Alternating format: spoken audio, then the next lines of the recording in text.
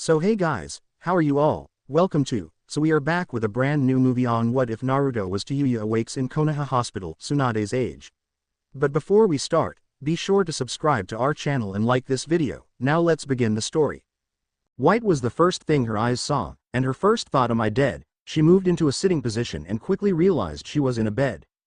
Her eyes darted around, taking in every detail in case she had to make an escape. That was until her eyes landed on the boy sleeping in the bed to the right of her. His sun-kissed blonde hair and ridiculous drawn-on whisker marks. Her eyes widened slightly when she realized where she was and who the boy in the bed across from her was as well. He was that fucker of a so-called ninja, who wore that fucking orange jumpsuit. She flopped down on her bed. She must have been knocked out and captured. When that blonde bimbo came and cut down all those fucking trees, they were most likely going to come for her any second, to interrogate her then execute her. A cold chill went down her spine. She didn't want to die yet, and her eyes became slightly panicked as her mask started to slip. She tiredly tried to move her legs, and when they didn't respond she gripped the blanket covering her and chucked it away. First thing she realized was she was in a gown of some sort, as the eyes slowly trailed down her body until they rested on her legs. She couldn't believe it. If the bandages and casts around her legs were anything to go by, they were completely fucking useless. She was about to start crying as the only other person around was asleep, and as soon as the first tear was about to fall, the door to her left slowly opened and a raven-haired woman poked her head in. A smile graced her face as she looked at the now wide-awake Tayuya. "Oh good, you're awake. We were worried about you." This weird woman suddenly spoke to her as if she actually cared. Tayuya didn't fall for it for a moment. Anyone who ever seemed to care always betrayed her in the end. She leveled her gaze to this woman and said a simple phrase, "Who the fuck are you?" Her eyes were locked with hers. Shizune was quite startled by the young girl's language and couldn't help but let her mouth hang open for a moment, before she composed herself and fully stepped into the room. Her smile was again returning. She decided to see if the girl was as antisocial as she seemed. "Hi, I'm Shizune and you are?" she asked. "None of your fucking business." The girl's language startled her, but she tried to stay calm. "Well, if you need anything just click the button on the side of your bed," she said with a beaming smile on her face. Tayuya just did not understand this woman. She was being rude and offensive yet was still being nice to her. Something didn't seem right to hear. Her eyes followed Shizune as she went over to that fucker who wore that repulsive jumpsuit's bed and did a quick check to make sure he was alright. When she was finished she smiled and walked out. What the actual fuck was wrong with these people? Ninjas who wear orange and weird women who were polite when being sworn at. What kind of mess was she in here? A low groan to her right got her attention as the fucker got up and stretched a little, and she now understood why he was in here. She couldn't really see under his gown, but she noticed how every part of exposed skin was covered in bandages. As Naruto was waking, his thoughts raced. He couldn't believe he actually brought Sasuke back. Sure, he had to break his legs and all his fingers, but that was just a technicality. Naruto let out a groan as he got up to stretch as he noticed he wasn't fully healed yet, it seemed. He sat back down on his bed and took a glance around the room. What he wasn't expecting was to see the girl who was a part of the Sound Four to be sitting in a bed across from him. Glaring right at him, he instinctively got ready for a fight. That was until he noticed the look in her eyes as he saw past the hate she tried to project. All he saw was fear, sadness and pain. It wasn't that hard to see through the mask she wore, as he wore a similar one every day. Now Naruto didn't get that nervous around girls, but this was just awkward, sharing a hospital room with someone who used to be an enemy. He nervously fidgeted on the spot under her never-wavering gaze, trying to think of something to say. Hi, I'm Naruto." He gulped nervously as she continued to stare at him, not showing any sign she heard him. He decided a different approach as he slowly walked towards her, and outstretched his hand as a sign of friendship. She just looked at it as if it was going to bite her. "What the fuck do you think you're doing?" Naruto face faulted as he heard her colorful choice of words to reply with. "So I guess you're not going to tell me your name then?" Naruto had to be honest with himself. He was actually quite curious to know. "Why the fuck should I tell you anything, fucker?" He could hear the anger in the voice, but he also detected the slight waver of fear. He thought for a moment on what he should do, and he guessed just offering to be friends wasn't too bad of an idea. "Well, first it's Naruto, not fucker, and when you want to talk I'll be here to listen, okay?" He smiled at her and could clearly see the shock on her face, as if the idea of someone to talk to was completely foreign. Just as she was about to reply, the door once again opened, but this time it was a tall, busty blonde woman who stepped into the room. Now Tayuya knew who this was. She was of course Lady Tsunade, one of the legendary Sannin, and also the Hokage of the Leaf Village of Konoha. She gulped nervously. This was it. Why else would the Hokage come to this room? The only logical reason was to take her for interrogation and then death. What she didn't accept was what happened next. "Ba-chan, why are you here?" Naruto cocked his head to one side as he asked the question. To make sure you're healing alright, you brat. She smiled down at him. She might have sounded harsh, but she really did care for Naruto. He was like a little brother, son. I'm not a brat, I'm a fully capable ninja, Naruto said in a really whiny tone of voice. Tsunade placed a finger against her chin. No, I'm pretty sure you're a brat. Now let's see if you're healing correctly. She walked towards him as her hands started to become covered in green chakra that seemed to pulse in time with some type of unheard beat. She did a quick check of his entire body, after which she stood up with a smile on her face. Seems you're healing fine and should be able to leave by the afternoon. Really great, I'll go in. Sit right back down and get into bed. Tsunade interrupted him. She was looking forward to the next part as a small smirk spread across her face. It wouldn't be polite to leave your new house guest in here by herself. She couldn't help but let her smirk turn into a smile as she watched what she said sink in. What do you mean new house guest? Naruto's gaze turned to lock onto the equally shocked face of Tayuya. This was the moment to speak up. Tayuya thought to herself, no way was she living with that fucker. Yeah, what do you mean I'm his house guest, you old hag? Tsunade's forehead had a visible twitch on it from hearing that particular insult as she slowly lowered her eyes towards Tayuya with the pure intent to kill this little brat for insulting her. Luckily Shizune, who had until this moment chosen to stay quiet, realized what was about to happen. She quickly grabbed Tsunade's arm and tried to hold her back. I'm not an old hag, she shouted loudly. It was so loud the room seemed to shake as the windows shattered and every dog in Konoha went ballistic. Tayuya loved how easy it was to get a raise out of Tsunade, but instantly regretted as the next words left Tsunade's mouth. Just for that you're now living with him. Should have kept quiet, brat. I was only kidding. Evil smirk spread across her face. But now that you are trying not to have fun. She wiggled her eyebrows suggestively. Tayuya was really wondering how she got into this situation. Not only had she been captured and both her legs severely injured, but she also had to live with some orange-wearing fuck. Life couldn't get any worse, could it? And of course it did, as Tsunade happily informed them that as the hospital was out of wheelchairs, because of those still recovering from the invasion, that Naruto would have to carry her. So here she was, a once proud kunoichi, being carried around by her new roommate. She let out a deep sigh, which of course was a mistake being around Naruto, as he instantly started to batter her with questions, asking if she was okay and if she was comfortable. Which she quickly silenced with a quick slap to the back of his head. So that's more or less how the first few weeks went by. Nothing happened. He just showed her around the village. She hit him a few more times and didn't answer any of his questions about her. They'd known each other for almost a month, and the longest sentence she had said to him was, if you ever try to cope a feel, I'll cut off your balls and feed them to you. Do I make myself fucking clear, fucker? Naruto visibly paled at the thread as he nervously shuffled on the spot, and that's the kind of relationship they had. Naruto had repeatedly failed to convince her to tell him her name, which she refused to answer, but then again she refused to answer anything. Okay, looks like one more operation, and Tsunade let the question hang as she didn't know the red-headed girl's name yet. But as Tayuya just continued to stare at her, she got quickly impatient. Well, answer me, brat, Tsunade demanded. It's Tayuya, you old hag. Tayuya screamed right back in Tsunade's face as a dark aura started appearing around both of them as they glared daggers into each other's eyes. Naruto swore lightning briefly crackled between them. Naruto didn't really know what to do. If he tried to intervene, he knew both of them would most likely beat him to a pulp, which didn't sound too great as he liked having his face intact. He continued to look nervously between the two, when the door opened revealing a very startled Shizune. Lady Tsunade. Shizune asked lightly what. Tsunade spun towards her assistant and saw her flinch slightly at how loud and angry her voice sounded. She calmed herself and tried to regain her composure so she could apologize. Sorry Shizune, I didn't mean to yell at you. Do you need me for something? Tsunade was slightly puzzled at why she was here, as she remembered telling her to take a break.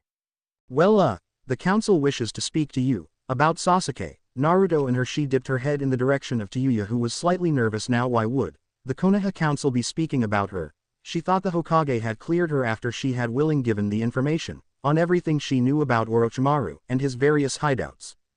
The better question is why they were talking about Naruto. She meant fucker, damn idiot, was starting to actually get to her a bit, but still, why would they talk about him? Sure, he had brought that traitorous Uchiha back, but still it didn't sound too good when Shizune said it.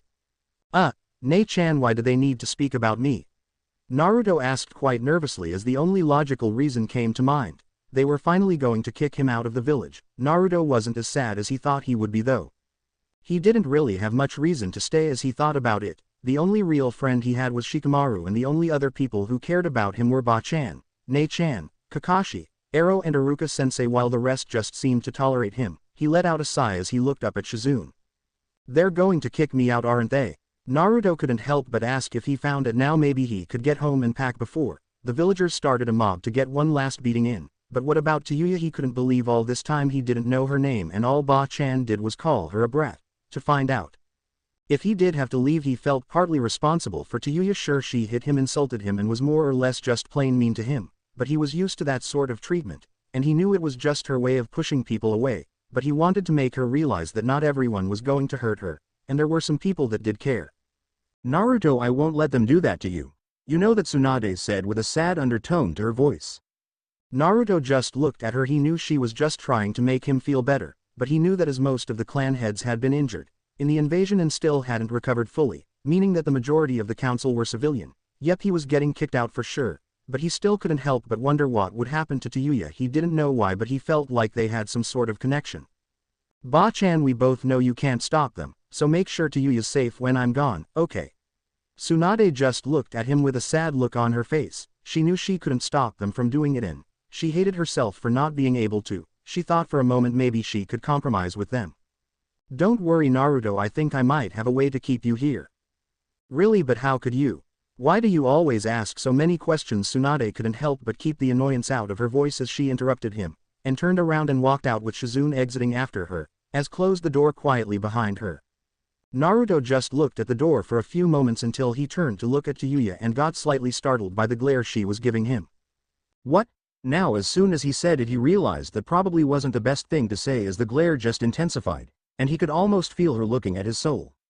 Why did you ask her to make sure I was safe? She said in a quiet voice as she broke eye contact and looked at her hands. Oh, well, I was just worried that something might happen to you if I was gone. Naruto said it was like the most obvious thing in the world, but Tayuya saw it as the first real act of caring towards her. She slowly looked at him. A small smile appeared on her lips. Thanks, shithead. My name's Naruto. He couldn't help but yell. He also realized in that moment she looked kind of cute when she smiled, even if it was just a small one. And sure, she had called him shithead, but it was an improvement from fucker. He smiled softly at her as he picked her up off the examination table and started walking towards their room so she could get some rest for the operation tomorrow. Tayuya, I did mean it when I said I'm here when you want to talk, he said with a pure caring in his eyes. Look, don't go getting any ideas. You're still a shithead. Just because I said thanks doesn't mean anything, got that? She said. Of course, Tayuya, of course, but Naruto knew he had broken down one layer of the wall she had built up around herself to keep others away. Naruto's eyes slowly cracked open as he wondered what had woken him. He looked around the hospital room, which was a bit hard since it seemed to be close to midnight. He closed his eyes, and as he was about to once again fall asleep, he heard it, the sound of someone crying quietly. He rolled onto his side and looked over in the direction of Tayuya's bed, waiting for his eyes to better adjust to the dark. As his eyes adjusted and the room became easier to see in, he noticed that Tayuya's back was to him and it was lightly shaking, as she seemed to be quietly sobbing into her pillow. Most likely so he wouldn't hear. He didn't know what to do. His instincts said to see what had upset her, even though she would most likely deny it and hit him. A sigh escaped him as he thought how unfair it was. He was always put into these situations. The bed creaked under him as he got off it and slowly shuffled towards Tayuya. She didn't take any notice to the sound, which is why she let out a gasp of surprise when she felt a hand be placed on her shoulder. Tayuya, what's wrong? She could hear the concern in Naruto's voice as she curled in on herself, shaking off his hand, and hoping he would just leave her alone, as she continued to lightly cry. It's not like he actually cared. No one ever had. Her own parents had abandoned her, so why would anyone else be different? A little bit of anger swelled up inside her when she could still feel his presence behind her.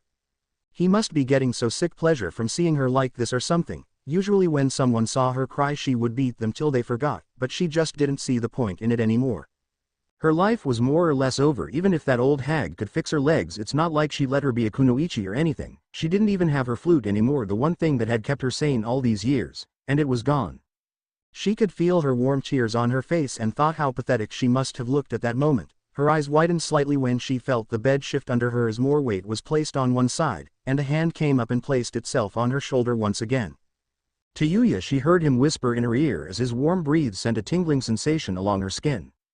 Don't be afraid, I'm here for you. Something snapped inside of her as she heard that, and she rolled over and planted her face into his chest as she started to sob once again, his hands gripping onto his hospital gown tightly. Naruto was at a loss to do this. Wasn't the Tayuya he had come to know. She would usually have hit him for showing any sign of caring, the only exception being before they had gone to sleep a few hours ago. he awkwardly placed his arms around her in what he hoped was a reassuring hug. After a few minutes he felt her start to calm down as he slowly pulled back so he could see her face. "Tayuya, why are you crying?" She looked up and was surprised to see how much he genuinely cared. She slowly turned her head away from his gaze as she took in a shuddering breath. I'm scared what's going to happen to me. Okay, I just don't know what to do. There's nothing for me here or anywhere else. I wish I had just died out there in the forest, she whispered lightly. Naruto got a sad expression on his face as he heard her say that he knew what it felt like to want to die, but the fox would never let that happen, so he just had to deal with his life, as best he could. "Tayuya, don't you ever say something like that. You've got plenty to live for. You're smart, funny, viewed." Naruto froze up as he realized what he was saying and feared what her reaction was going to be. You think I'm beautiful?" She looked met his eyes this time, trying to tell if he meant it. "What? No, I don't think you're beautiful." I mean, Naruto didn't know what to do. Either way he saw it, he was going to get hit, so. Yeah, I do think you are Tayuya. "Chan, ow, why'd you hit me?" Naruto exclaimed as he rubbed the back of his head. "I didn't say you could call me Tayuya-chan, shithead," she said with a smile on her face. "But, thanks, no one's ever said that to me before," she said as she looked down at her hands as a feeling of happiness swelled inside her chest. "So are you feeling better now?" Naruto asked. He didn't want to continue this conversation as he saw him getting hit quite a lot if it did. "Yeah, thanks, shithead." Naruto let out a sigh. He really needed to get her to use his name. "Don't worry about it, Tayuya, it's what friends are for." Her eyes slightly widened at that. She couldn't remember a time when someone had wanted to be her friend. As Naruto got up to go to his bed, he was stopped as Tayuya grabbed his arm. He looked down at her questioningly as he wondered what she wanted. "Yes, Tayuya?" She nervously looked down at her other hand. "Could you maybe sleep with me tonight?" she asked quietly. Naruto looked at her wide-eyed as he contemplated her words. "With you, in the bed, together?" He nervously gulped. She looked up at him and he could see the hurt in her eyes, but she quickly covered it up as she threw his arm out of her grasp. "Look, forget I even asked. Okay. It doesn't matter." She rolled over her back facing him as she tried to hold the tears building up behind her eyes, but when he didn't leave she looked over her shoulder at him and saw the look on his face, as if he was deep in thought. "Okay, Tayuya, I'll sleep with you tonight," he lightly said as he slipped under the covers next to her. "Night, Tayuya." "Night, shithead." She heard him sigh and resisted the urge to look back at him. As she kept her back to him and heard his breathing equal out, she snuggled into the pillow as she felt slightly safer with him there to protect her, even if he was an orange-wearing shithead. "Should we wake them, Tsunade-sama?" "What, of course not. Just let them sleep. You truly care for him, don't you?" "I do, Shizune. He reminds me so much of them." Strong-willed and willing to protect those he loves, a small smile made its way onto her face as she spoke. "Tsunade-sama, I was wondering, didn't his mother have red hair?" "She did. He's more like his father each day." Shizune let out a light giggle at that as she gazed down on the two sleeping forms of Naruto and Tayuya, snuggling together. Tayuya had her arms wrapped around one of his with her head buried in his chest, with a small amount of drool leaking from the corner of her open mouth. "She likes him, doesn't she?" "Yes, she does. She just hasn't faced that she does yet, but when she does I'm sure he'll return her feelings." Tsunade spoke calmly as her smile remained on her face as the forms of Minato and Kushina fell over the two sleeping teens. "But how can you be sure? I thought he was in love with Sakura." Shizune couldn't help but ask as she looked at her mentor. "Trust me, Shizune, I know that boy better than he knows himself." She turned towards Shizune, and anyway you can tell he feels something for her. It's like he's known her all his life. Shizune nodded her head slightly at her mentor's words, as she had noticed the connection as well. "I hope they can find happiness with each other." Similar thoughts went through Tsunade's mind as well. Maybe they could both find peace with each other. Naruto slowly opened his eyes to be greeted with the two smiling faces of his Ne-chan and Ba-chan. A slightly confused look came across his face as he raised a hand to scratch his head. He quickly realized it wasn't responding. His gaze slowly lowered to his left arm, and when he noticed that Tayuya had rolled over in her sleep and had started to snuggle into him like he was a pillow, both arms tightly wrapped around his arm, slightly cutting off the circulation, as his gaze slowly swept across her features and he noticed how cute she looked when asleep, and noticed the tiny amount of drool slowly leaking onto his chest. He let his head fall lightly on his pillow and was about to go back to sleep when a giggle from the foot of the now shared bed gained his attention. "Damn brat, you work fast." Tsunade couldn't help but snicker lightly from behind her hand, and it didn't help that Shizune was as well. "Ba-chan, it's not like that," Naruto said in a quiet whiny tone, trying not to wake up Tayuya. "Really? Then why are you in her bed?" "I can't tell you that. It's personal." He lightly looked down at Tayuya as she let out a small yawn before snuggling into his chest more, trying to get comfortable. Tsunade continued to stare down at them before turning towards the door. Tell her I'll be back at noon for the last operation and she should be able to walk by the end of the week. She spoke lightly over her shoulder, before stopping at the door and winking at him, and remember use protection. She bolted from the room. Her mad cackling could be heard bouncing off the walls after her. Shizune's sweat dropped as she looked at the door, not believing what her mentor had said, but couldn't help but laugh at Naruto's frozen expression. Naruto. He slowly turned towards her, the same frozen expression on his face. Look after her, she said with a smile on her face as she walked out, and his face slowly morphed back to normal, and he lightly nodded his head as he looked down at Tayuya. I will. She's like me. Shizune was happy to see that for once in a long time the smile that appeared on his face was genuine.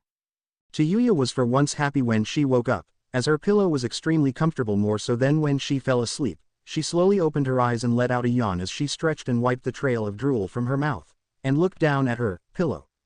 Tayuya's eyes widened as her face went a deep crimson when she noticed her extremely comfortable pillow was well shithead.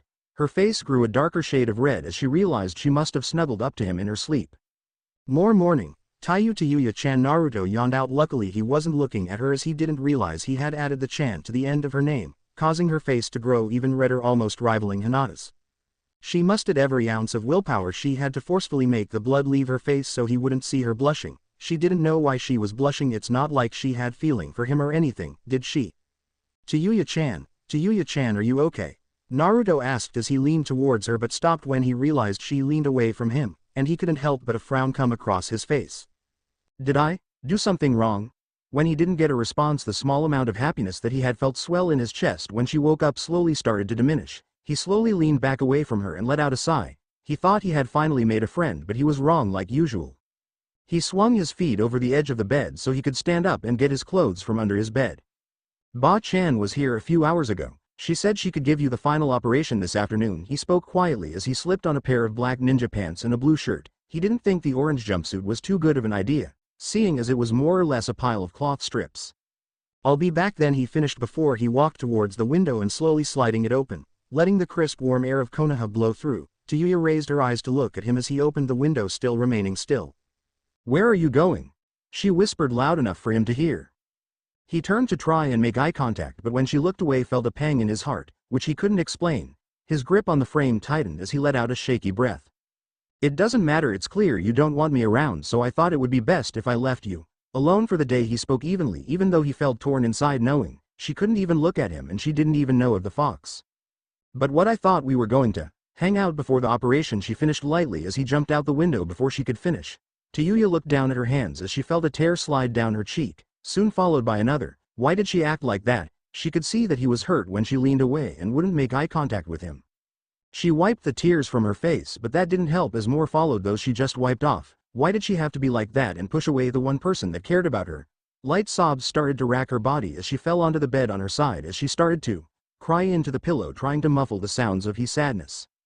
Tayuya, what's wrong? Where's Naruto? Tayuya couldn't believe she hadn't heard Shizune enter the room, especially since that door creaked like there was no tomorrow, but she didn't respond as she kept her face buried in the pillow, trying to get all the crying out of her system. She felt Shizune wrap her arms around her in a hug as she gently stroked her hair, trying to get her to calm down. It didn't help as she grabbed onto Shizune, burying her face in her lap as Shizune sat on the side of the bed. Tayuya continued crying heavily as her body continued to shake from the heavy sobs she let out. Did you and Naruto have a fight? All Tayuya could manage was to shake her head in a no as she continued to cry. She heard Shizune let out a small sigh. Were you embarrassed when you woke up to find yourself wrapped around him? She nodded her head in confirmation. And you acted like he had done something wrong? Another nod. Oh dear, Shizune couldn't help but feel sorry for the girl as she obviously hated herself for acting that way. Did you try and apologize and explain why you were acting like that? When Tayuya didn't shake or nod her head but remained silent, until her sobs started to subside and her crying started to stop, she looked up at Shizune with red-rimmed and puffy eyes as she let out a light sniffle. I could see I hurt him, she lightly whispered as tears still slowly slid down her cheeks. I hate myself. Tayuya, don't blame yourself, Naruto. Naruto doesn't have many friends and he's had a difficult life so far, so probably felt hurt by the way you acted, because of how close you two have grown over the last month. She gently explained to Tayuya that it wasn't completely her fault. What do you mean he doesn't have many friends? What about all those people he talks to and smiles at? He seems to be fine. Tayuya was confused, trying to understand why someone who laughed that much and smiled that much had a difficult life, and what about all those people he always talked to over the month, and then it clicked in her head.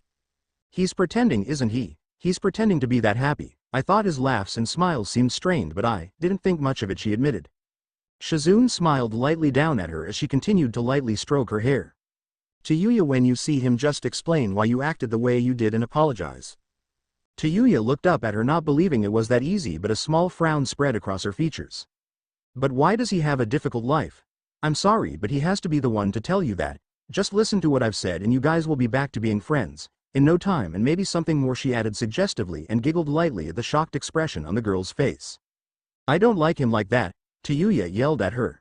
You seem pretty defensive about it. Naruto hung his head as his feet dangled over the edge of the fourth's head as he looked over the village, his arms laying uselessly by his sides. Why did he have to be like this, hated and disliked by almost everyone he met? He sighed as he thought about how she leaned away and wouldn't even look him in the eye. He looked up at the sky, watching the birds fly and fallen leaves blow gently with the breeze.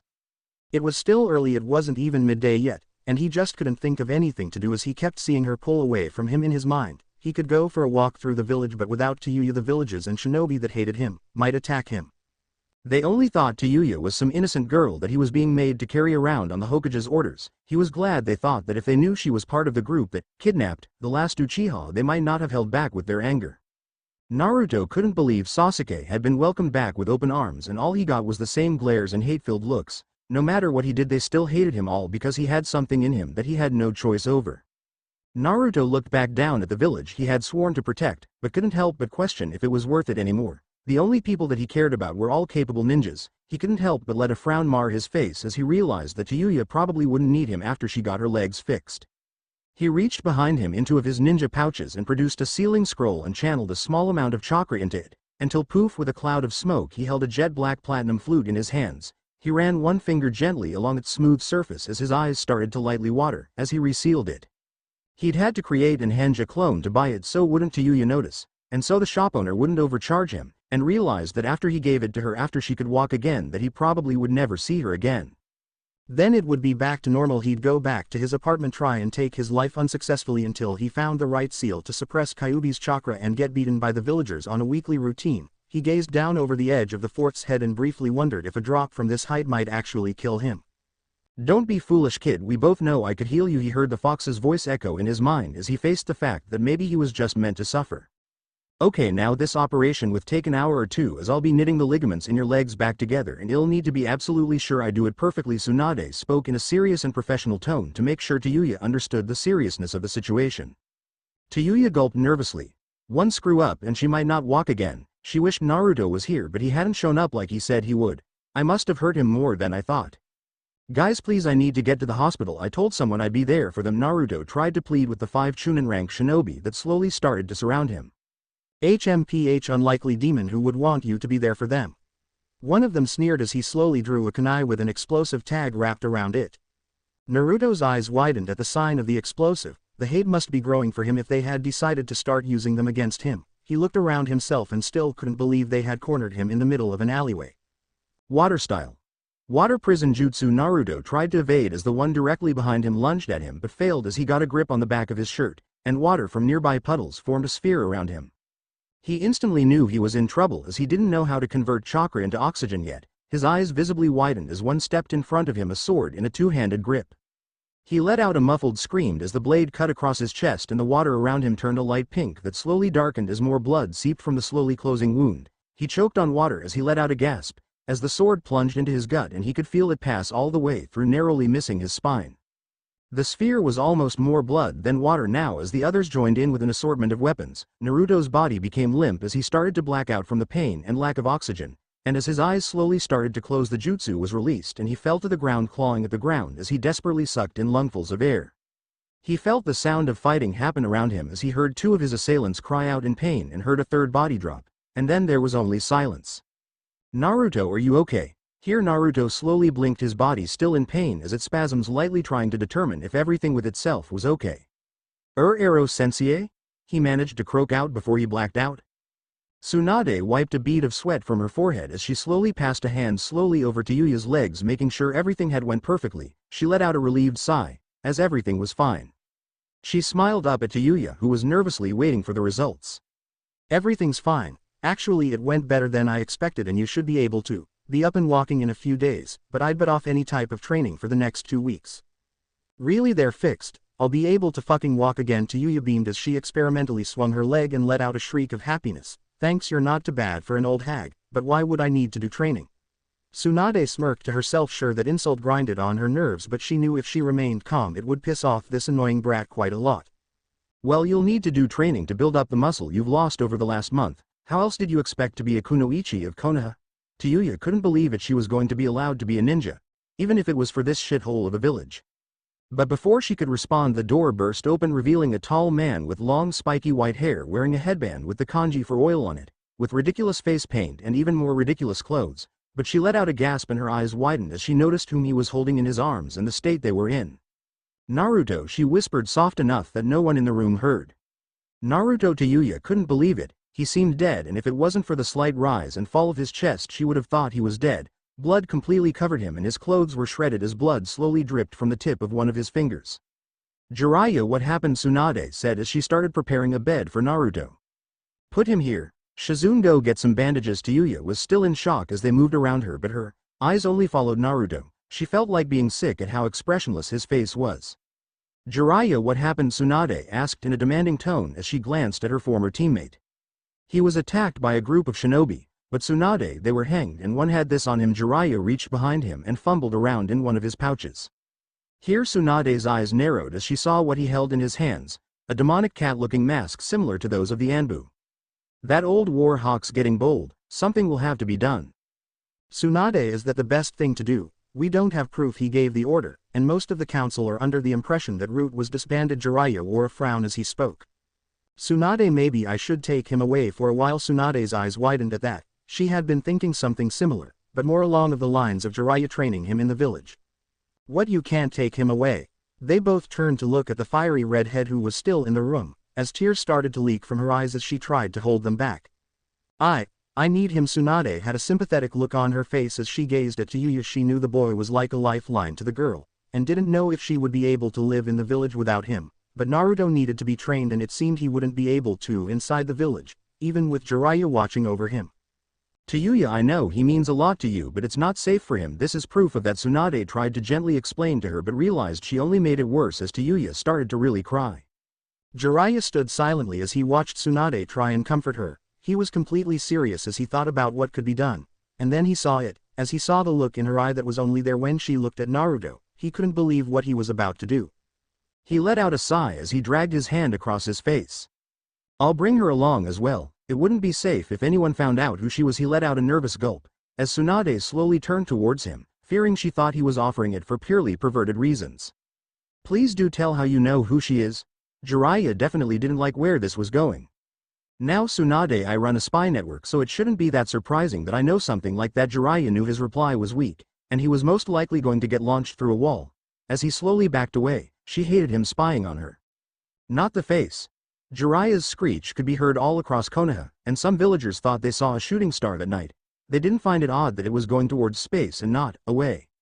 Tsunade slowly dusted her hands on jacket. As she turned away from her the now Jiraiya-shaped hole in the wall, she noted to get Shizune to call whoever repaired the walls when stuff like that happened. Tsunade-sama, here are the bandages, Shizune said as she walked through the door and quietly closed it behind her. She sweat dropped when she noticed the hole in the wall. Tsunade-sama, I told you to try and control your anger. Shizune tried to plead with her. The old pervert deserved it, was the reply she got. After Tsunade had finished bandaging the worst wounds that the fox couldn't heal fast enough, she looked down at the once again living mummy. It definitely would be better if he left the village for a while. She glanced at Tayuya and saw that her crying had tapered off and she was just quietly looking at Naruto. Tayuya, would you like to be alone with Naruto? Tsunade didn't know why she trusted the girl so much. Maybe it had something to do with the fact that Tayuya seemed to slowly be recognizing her feelings for him.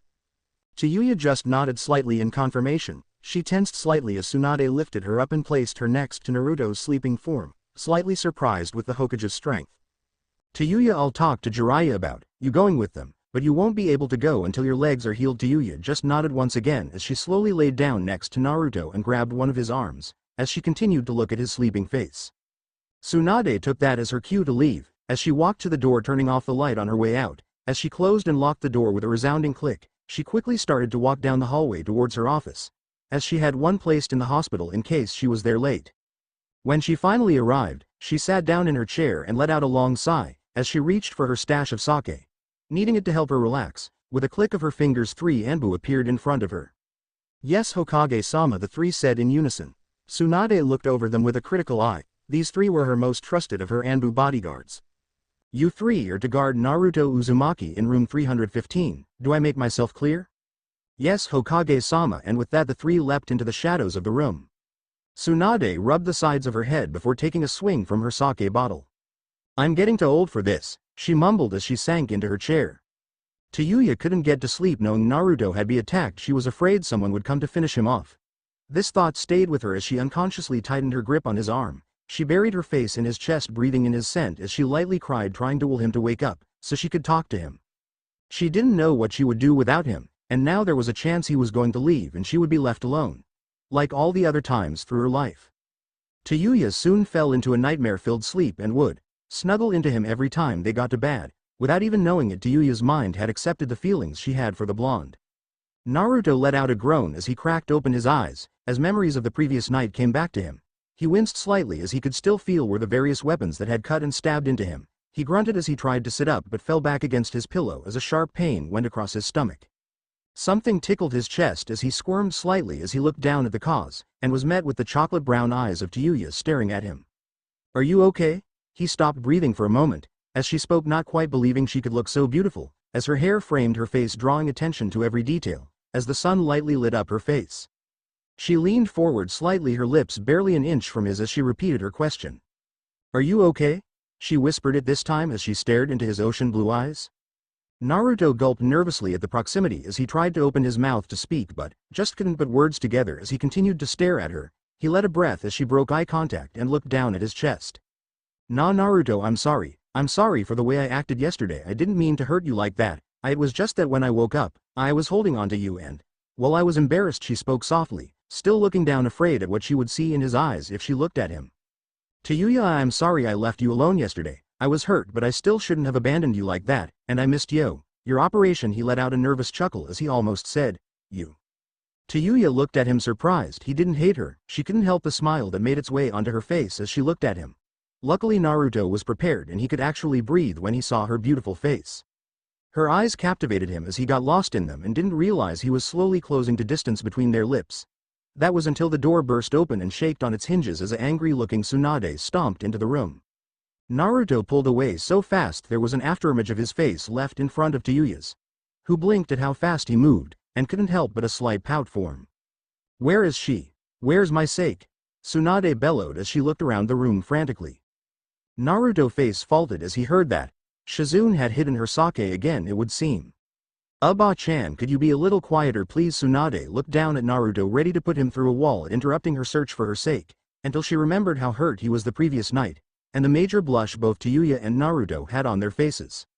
Something was going on here. She narrowed her eyes and looked between the two blushing teens and slowly took in the facts. They were both blushing, in the same bed, both half-dressed. Oh dear God, no. Please tell me you two used protection, Tsunade said with a horrified look on her face, but it didn't equal to the shocked expressions on Tayuya and Naruto's face. Tayuya's mouth just opened and closed as her blush intensified and she tried to say something. It's not like that. Naruto couldn't help but shout even though he was blushing furiously as he fell off the bed, losing his balance. Tayuya felt a pang in her heart when he said that, thinking maybe he meant he didn't want anything like that to happen. Her heart sank in her chest as she thought of that and was brought out of her thoughts by a loud sigh from Tsunade. Thank God I wasn't ready to be a grandmother yet. Tayuya couldn't help but face fault at that. Ba-chan, Naruto let out in a whiny turn as he slowly got up, wincing in pain. He turned to look at Tayuya as she placed a hand on his arm. Be careful, you're hurt still. He could tell she meant it as he saw the caring and love in her eyes. Tsunade couldn't help but smile at the sign of affection Tayuya openly showed towards Naruto, but needed to tell them what was decided last night. The sound of her clearing her throat got both teens' attention as they broke eye contact and looked at Tsunade. Okay, it has been decided, between myself and Jiraiya, that it would be best if Naruto leaves the village for a while, but we have also decided that Tayuya will be going with you. You will be leaving in 3 weeks' time to make sure Tayuya can use her legs. Tsunade tried to gauge their reactions, and was surprised as Naruto seemed to look deep in thought while Tayuya was staring at her hands that she was fidgeting with. So it'll be like a mission? And Tayuya will be coming with us? Naruto raised one eyebrow as he asked the question. Essentially, it will be recorded as a S-rank training mission with unknown duration. Naruto seemed to be deep in thought again as he cast sideways glances at Tayuya. What if Tayuya gets hurt? Tayuya opened her mouth to speak but Tsunade beat her to it.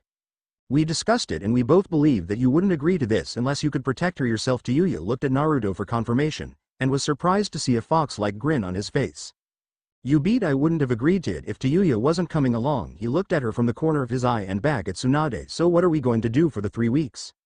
Well, you two have been in this hospital for long enough and now that Tayuya's legs are healed, You two should be able to go to your apartment, which reminds me Jiraiya said to give you this. Tsunade reached into her robes and produced a key which she threw at Naruto, who deftly caught it in his left hand. He raised a questioning eyebrow at it. It's the key to a small house on the edge of the village far away from most of the major living districts. He said he wasn't using it and you needed a bigger place. Naruto felt his eyes get a bit watery as he listened. He couldn't believe Ero-sensei had given him a house even if it was a small one. He looked up at Tsunade with a wide smile on his face, as he got up and hugged her. Tell Ero-sensei I said thanks for me Ba-chan. Tsunade let out a chuckle. She still couldn't believe he got away with calling him that. Before she could say anything else Naruto ran back and picked up Tayuya bridal style. His wounds forgotten. Come on Tayuya, let's go see where we're living, and with that he was out the door half dressed with a furiously blushing Tayuya in his arms. Let me get dressed you fucking idiot. Tsunade couldn't help but laugh as she heard a loud whacking sound which she assumed was Tayuya hitting Naruto. Oh Tayuya-chan, why'd you have to hit me so many times? I said I was sorry. Naruto whined as he rubbed his throbbing head as Tayuya slapped the back of his head again. You shouldn't have ran out with me half dressed, you little pervert. Tayuya was joking but she could sound convincing when she wanted to. Truth was she was just embarrassed he had seen her like that. So where's this house anyway shithead? Naruto couldn't help but pout as she called him that. You know if you keep calling me that I won't keep giving this piggyback. Naruto knew he had said the wrong thing straight away. Oh really shithead, because if you drop me. Naruto visibly paled as she whispered in his ear as he just nodded his head and started walking faster. Naruto looked wide-eyed at his new house. Sure it was small but it was definitely bigger than his old apartment. He adjusted his grip on Tayuya's legs as he walked towards the front door. Tayuya-chan, could you get the key? My hands are kind of full. Naruto felt a cold chill go down his back as he felt a dark aura come off Tayuya. Are you calling me fat? Naruto's eyes widened. He might not have known a lot about girls but that was something. You definitely didn't want to call them. What no Iju just meant that I'm holding you and, yeah. Naruto felt the dark aura recede and let out a breath. Well it looks like there's only one bedroom, so I'll go make the bed for you Tayuya-chan, Naruto stated after he had finished looking around. It was a simple house with a living room, kitchen, a laundry room, 2 bathrooms and 1 bedroom which were all connected by a hallway. Nice and cozy. Tayuya looked at him like he had grown a second head as she raised an eyebrow at him. Where will you be sleeping then? Well I thought the couch would be better. Why, don't you want to sleep with me? She interrupted him and blushed a bright crimson as she realized how her words could have a double meaning. The blush on Naruto's face made her assume he realized it as well. I mean I will. I can't sleep without you next to me, she whispered quietly but loud enough for him to hear. Well, I guess there's no harm in it, Naruto said as he walked down the hall towards the bedroom trying to distract himself with the task of making the bed. Tayuya sat on the couch in the living room as she listened to him getting the bed ready. Her blush again got redder as she realized that also could have a double meaning. She berated herself for thinking like a pervert as she realized that maybe she felt more than friendship towards the blonde. She let out a sigh as she thought the chances that he returned those feelings to be slim. Sure he had complimented her but that didn't mean he liked her or anything. She almost had a heart attack when he appeared in front of her wearing nothing but a pair of black boxer shorts. Not to mention the bandages that covered his entire torso and part of his shoulders. The bed's ready Tayuya-chan. Do you need help getting changed? Tayuya looked at him then down at her clothes. She was wearing a baggy black shirt and a pair of black spandex shorts. No, I'm fine sleeping in this, he nodded as he picked her up bridal style and carried her towards the bedroom. She couldn't help but lightly blush. As he gently laid her down on the bed and got in next to her, when he had pulled the comforter over them she instinctively snuggled into him and was out like a light. Naruto let out a small sigh of content as he gently rubbed his hand along her back. Night Tayuya-chan, he didn't know why but as he looked at her he leaned forward and gently kissed her forehead and was happy to see she smiled at the touch and snuggled up closer to him. Naruto's eyes snapped open as the sound of the front door closing reached his ears. He listened intently for any sound, and there it was, the slightest creak of a floorboard. The sound so quiet that only a ninja could hear it. Tayuya-chan, he whispered as he gently nudged her with the arm that she wasn't latched onto. No response, she was out cold, as the small river of drool leaked from the corner of her mouth. Tayuya-chan wake up when she still didn't respond. He did the only thing he knew would wake her up. He didn't feel proud of what he was about to do. He looked down at her peaceful face lit up by the moonlight. Her hair framed her face and spread out along the bed around her. He almost forgot what he was doing as he got lost in her beauty. He took a deep breath and tensed slightly as he heard another floorboard creak, closer this time. He briefly looked at the door before returning his gaze to Tayuya. He gently placed his free hand over her mouth and twisted the one in her grip so his hand was over her stomach. If there was one thing he had learned over the month they had known each other, it was that Tayuya was insanely ticklish. He started to slowly trace a circle on her stomach and applied a slight amount of pressure, and the reaction was almost instantaneous. Tayuya's eyes flew open, and she tried to cry out, but the hand over her mouth prevented her. She was about to bite into it, but as her eyes met the cerulean blue of Naruto's, she realized something was wrong. He was completely serious. "Tayuya, I think someone's broken in. I'm going to put you in the closet, and I want you to stay quiet, okay?" She could see he wasn't joking, and as he took his hand away, she heard something shuffle outside the door. "Look, I know you're a kunoichi, but your legs were only fully healed yesterday." He gently picked her up and carried her over to the closet on the right side of the room next to the room's bathroom. "And I don't want you to get hurt, so here." He nudged the closet open with his foot, and placed her at the back of it behind a pile of old clothes, probably left behind by Jiraiya. He pulled out a kunai and placed it in her hand. "Now stay here and keep quiet. No matter what you hear." Tayuya was getting slightly frightened at how serious Naruto was. This wasn't the shithead she knew. Naruto silently stood to his full height, which wasn't that tall as he was short for his age. As he reached for the closet door, one thing caught his attention for a brief moment. It was one of the only things hanging inside. A long white coat with red flames at the bottom. He didn't think much of it as he closed the door. Now he reached into his ninja pouch and pulled out a kunai in each hand as he got into a basic fighting stance. There was a brief creak outside the door before it shattered into hundreds of pieces. 3 shadows quietly filed into the room facing Naruto. He caught a brief glimpse of what one looked like as it stepped through a ray of moonlight. Half of a demonic-looking animal was all he saw. He assumed it was some type of mask by the way light glinted off it. Naruto tensed, ready to react as soon as any one of his enemies moved. All 3 dashed for him at the same time as he backstepped out of range of their kicks and punches. He coughed up a small amount of blood as the one directly in front feigned a punch, before planting its foot into his gut. The force behind it made Naruto rethink his strategy. He needed to move this outside somehow. The answer came as a roundhouse kick to his face as he was launched backwards through a wall. He heard and felt his jaw break and his left leg shatter, as his body tumbled across the hard ground. Behind the house, his body convulsed on the floor from pain. He knew he was no match for these ninja. They moved as fast as Kakashi-sensei and hit as hard as Gai-sensei.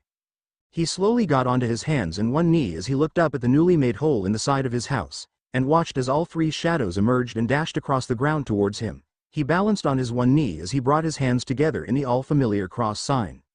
Shadow Clone Jutsu. An explosion of smoke. 10 other kneeling Narutos appeared around him, and started to draw kunai and shuriken. Hopefully they could buy him enough time as he started to try and tap into the fox's chakra. He knew it might not be enough, but it would be enough to alert every ninja in the village. He concentrated as he heard the clang of kunai and shuriken being blocked and thudding into the ground, and the steady poof of his clones being destroyed. He knitted his eyebrows together as he concentrated on picturing a tap with the red chakra flowing out of it. And then, like a dam breaking, the air around him exploded as 2 of the 3 attackers were thrown back by the force of demonic chakra being released. As the air visibly twisted and turned around Naruto and a veil of red chakra covered his body. Naruto couldn't help but wince. It always hurt to draw on the fox's chakra, but he could already feel the benefits taking effect as he could feel his left leg piece itself back together and his jaw snap back into place. The whiskers on his face deepened and became more jagged as his pupils turned crimson and slit. His fingernails sharpened into claws while his canines became longer and looked like they belonged on an animal. Naruto sank onto all 4s as he tensed his back legs and pounced onto the one attacker who had remained standing. He never had a chance. Before his enemy could even react to what had happened, a hand was through his chest, and he could feel his own warm blood spill across himself as blood erupted from his mouth. Naruto looked at whom he could now tell was a man, and found it ironic as he saw the man wore a demonic fox mask. Naruto grinned as he saw blue leak from the mouth of the mask and withdrew his hand, letting the body slump to the ground as blood poured from the hole through it. He turned his gaze onto the remaining 2 who were slowly getting back to their feet. One seemed almost completely frozen by the malevolent chakra coming from the demon. The other one seemed to be handling it better, and Naruto's now heightened senses could almost smell the fear from both of them. Part of him knew the fox was slowly gaining control and realized he needed to end this as quick as possible. The 2 remaining attackers' eyes widened behind their masks, as one minute the demon was standing there and the next it was gone without a trace. Just as they were about to move forward, the one on the right became a shower of blood as his body seemed to explode outwards. Which wasn't too far off from what happened. The last attacker ducked low to the left on instinct and saw the demon pass over him with a swirling ball of red chakra in his right hand. He tried to get into a fighting stance but had to dodge again as the demon was already upon him again. He could barely keep ahead of its movements. A chill went down his spine as the demon in front of him disappeared in a cloud of smoke as he felt a presence directly behind him. Gotcha, that was the last thing he heard before he felt something plunge into his stomach through his back and his body exploded violently outwards. Naruto stopped the demonic Rasengan. As he looked around himself at all the blood and the pieces of flesh that was spread all along the ground, the only body left belonged to the one he had killed first. He looked down at his blood-covered bandages and only then realized he had been fighting in his boxers. He slumped to the ground and fell forward as the fox's chakra slowly receded into him. He struggled to keep his eyes open as he hoped Tayuya was safe, and as the distant sound of barking dogs reached his ears, he couldn't help but slip into unconsciousness. Tayuya was scared out of her mind. She was sure she heard someone get kicked through a wall, and now she could feel a massive amount of malevolent chakra suddenly appear. She sat there in the dark as she heard the distinctive sound of flesh ripping and could hear the light splat of blood covering the back wall, wondering what the fuck was happening, but through it all she obeyed Naruto and stayed quiet. She felt a small amount of relief as she felt the malevolent chakra recede back to wherever it had come from, but the silence that followed was more frightening. She could hear the distant sounds of dogs and let out a scream as the door in front of her was flung open. I found her over here. Hokage-sama. Tayuya clutched the kunai in her hand with white knuckles as she looked at the man in front of her. Definitely a jonin if his jacket was anything to go by, but he wore some stupid fucking face mask and his headband tilted over his left eye. Great, another fucking weirdo in this messed up village. Kakashi, go and take Naruto to the hospital and take Jiraiya with you, she said as she stepped into Tayuya's line of sight. And I'll take you. Tayuya gulped at the way Tsunade spoke to her. She felt a cold chill go down her spine as Tsunade's gaze never left her. Now I need to ask you some questions. Tayuya just nodded her head as she sat in a chair in the Hokage's office facing Tsunade. What happened? I don't know. How can you not know? You were there, weren't you? Tayuya didn't feel comfortable with the way Tsunade was speaking. It was like she thought this was her fault. Well, Naruto put me in the closet, told me to be quiet and to stay put no matter what I heard. She looked down at her hands she had placed in her lap. Is he okay? She had to know. She didn't know what she'd do if he was gone. Tsunade let out a sigh. She didn't know why she was being so hard on the girl. She doubted Tayuya would do anything to hurt Naruto, well, anything intentionally, but to attempt so his life in 2 nights, and what was worse was all of the evidence showed that it was most likely Root that was responsible. But why now? What was that old war hawk up to? I won't lie to you, Tayuya, he's in critical condition, and lucky to be alive. Tayuya's breath caught in her throat as tears started to escape from her eyes. But he will make a full recovery, and I'm going to be putting a squad of Anbu to shadow you two until you leave with Jiraiya. Tayuya sat silently taking in what Tsunade said to her as her body started to lightly shake as she started to sob into her hands. Almost dead? How could he almost be dead? What the fuck had happened? Can I see him? Of course. Kakashi and Jiraiya stood silently watching over Naruto and couldn't help but have crestfallen expressions on their faces, or in Kakashi's case, as they both looked down at Naruto. Take care of him, Jiraiya-sama, teach him what I couldn't, Kakashi said in a depressing tone. Sensei would hate me if he was alive.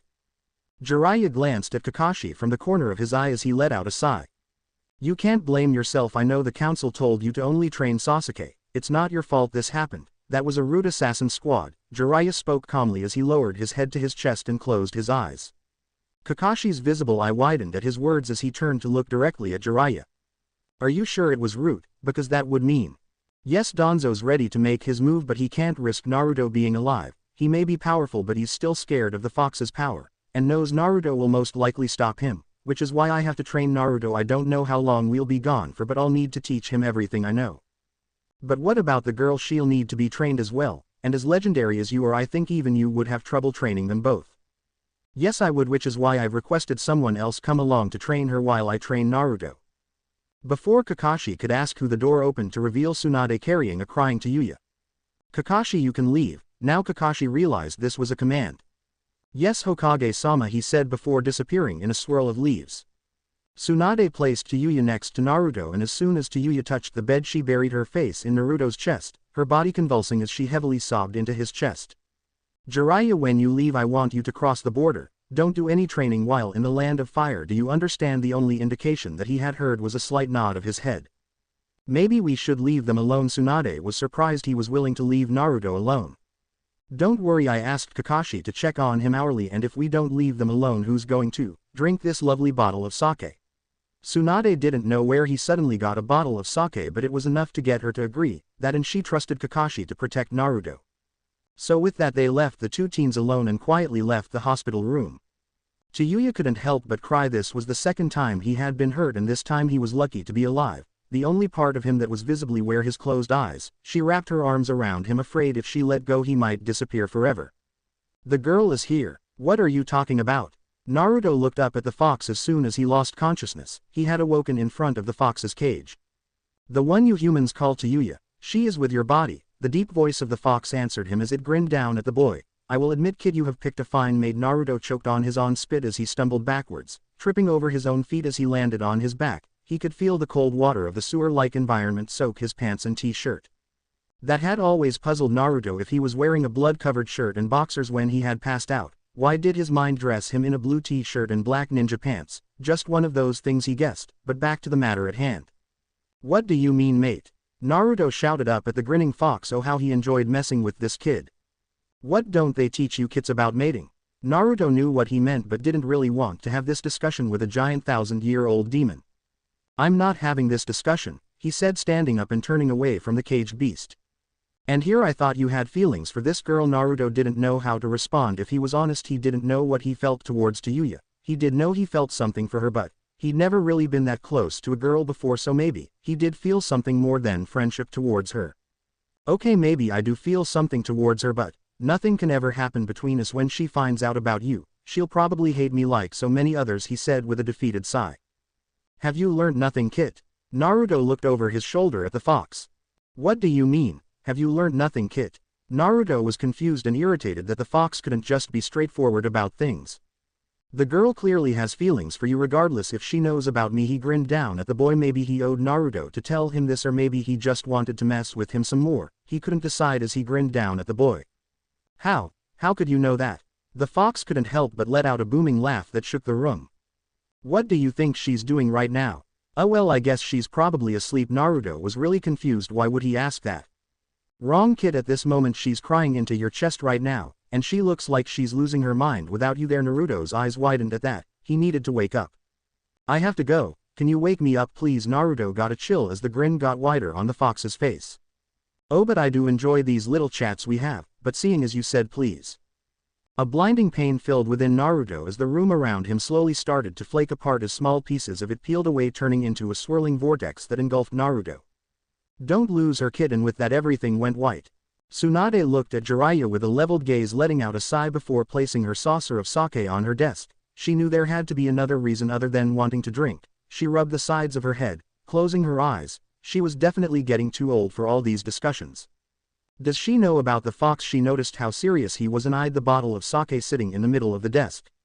No, he hasn't told her yet, but I think he plans to soon. She grabbed the bottle of sake and took a swing from it, slowly slumping into her chair. Yeah, definitely too old.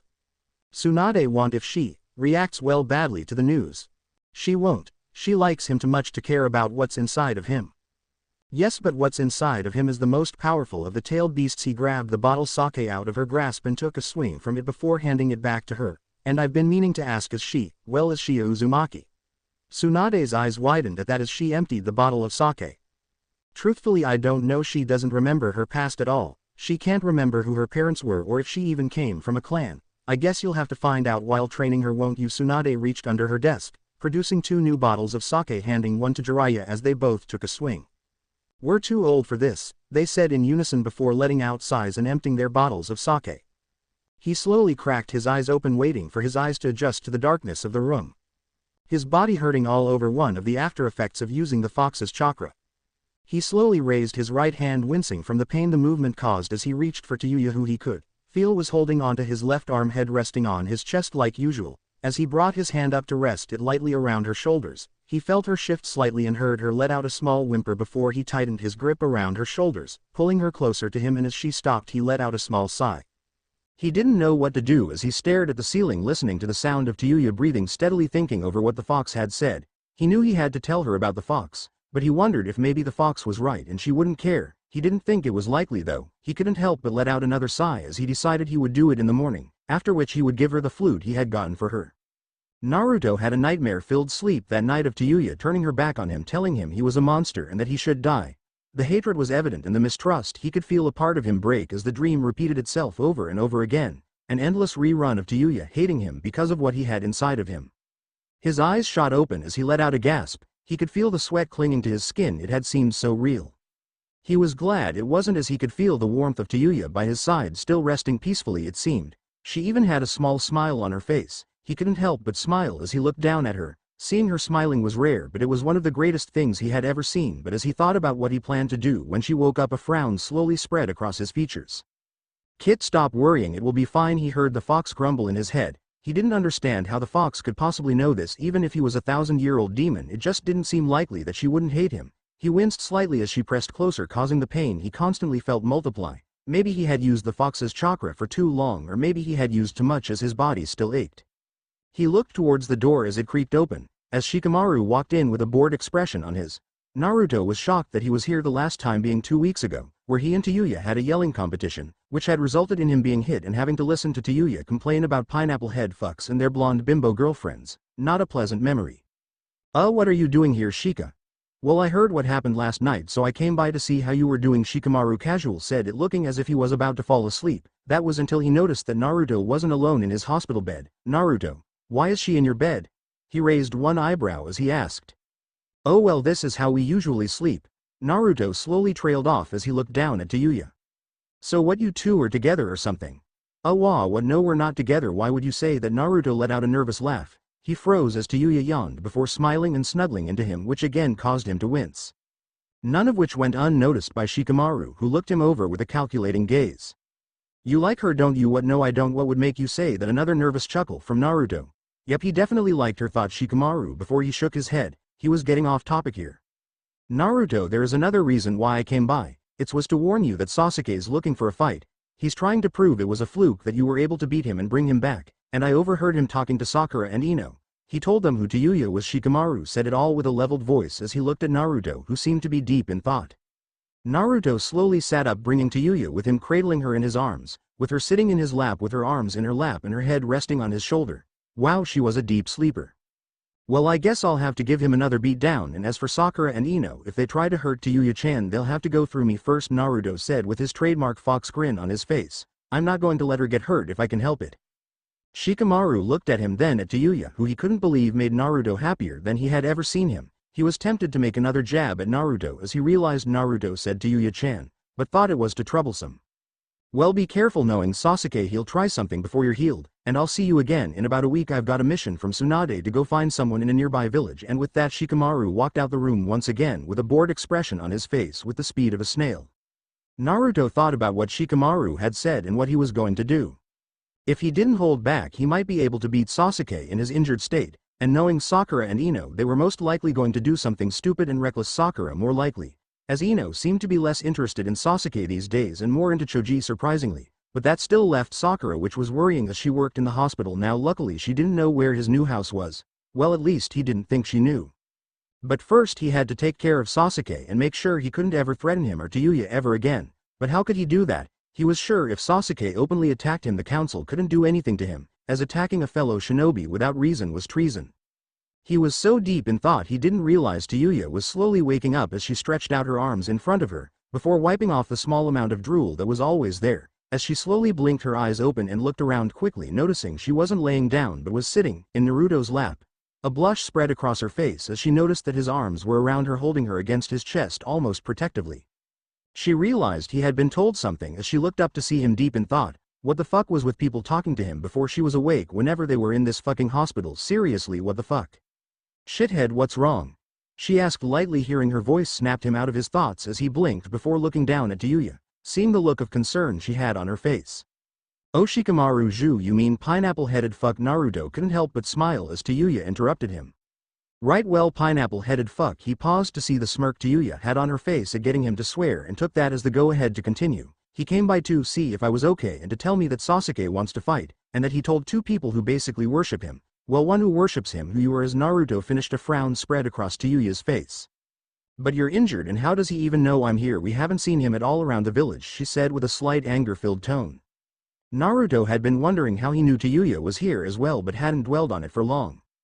"Tayuya-chan, it doesn't matter. Sasuke will most likely try to get at me while I'm like this, and Sakura, that's the girl who basically worships him, will most likely try and get at you, but I wouldn't worry about her. You're definitely stronger than her, but I'm slightly worried that Ino might tell people who you are. She's a bit of a gossip queen, and so even if she doesn't worship Sasuke again she'll most likely tell someone about you. And then that will spread around the village like wildfire. Naruto looked at her trying to gauge her response. Tayuya looked down at her hands as she took in what Naruto had said to her as she mulled it over in her head. So what you're saying is emo faggot is going to attack you while you're injured and some fangirl bitch is going to try and attack me while I can't walk, while a stupid gossiping bitch tells people who I actually am. Yeah, more or less, Naruto said, followed by a small smirk. Now came the part he hadn't been looking forward to all morning. He turned his head away from her, not finding the courage to look in her eyes as he spoke. Tayuya, I need to tell you something. You know about the tailed beasts, right? Tayuya nodded her head. Of course everyone knew what the tailed beasts were. Well, did Orochimaru ever tell you about how the nine-tailed fox attacked Konoha? Yeah, he mentioned something about the fourth Hokage defeating it. Well, that's not the full story. You see, the fourth couldn't kill the nine tails, so he sealed it away in a newborn baby. Naruto gulped nervously as he prepared for her reaction. That newborn baby was me. Naruto was afraid to look her in the eye as he thought back to the nightmare he had, but as he felt a hand place idolf on his cheek, slowly turning his face to look down, he slowly placed his over it as he looked into Tayuya's chocolate brown eyes. I'm sorry, was all she said before she wrapped both her arms around his neck, holding herself against him as he slowly brought his arms around her, warm tears slowly leaking from the corners of her eyes, burying his face in her hair as he held onto her tightly, not truly believing she didn't hate him. I told you she wouldn't hate you. Just because I'm a demon doesn't mean I don't know love when I see it. Naruto smiled as he heard the voice of the fox start to ramble on about how it knew this would happen and that it was right and he was wrong, but at that moment he didn't really care as he held Tayuya to his chest, realizing he felt something more than friendship towards her, but feelings could wait until they had left the village. He slowly pulled away from her, looking at her face, and noticed she was crying. Hey Tayuya-chan, don't cry, you're too beautiful to cry, he said, smiling down at her. She sniffled slightly as she heard that he actually thought she was beautiful, as she tried to control her tears, bringing her emotions back under control, letting a frown spread across her face as she smacked him on the back of the head. You idiot, how could you not tell me about this sooner? She screamed at him as he lightly winced at the volume of her voice and the smack to the back of his head. He didn't understand girls at all. One minute she was crying, the next she was yelling and hitting him. Shikamaru was right, girls were troublesome.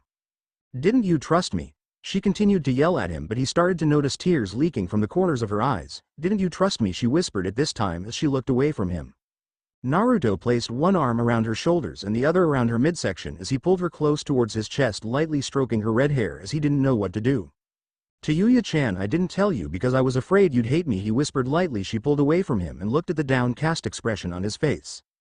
Hate you? I low like you. You're the first person who ever wanted to be my friend. I could never hate you. She blushed lightly as she looked away. She had almost confessed her feelings and she didn't feel like having that conversation, yet not at all.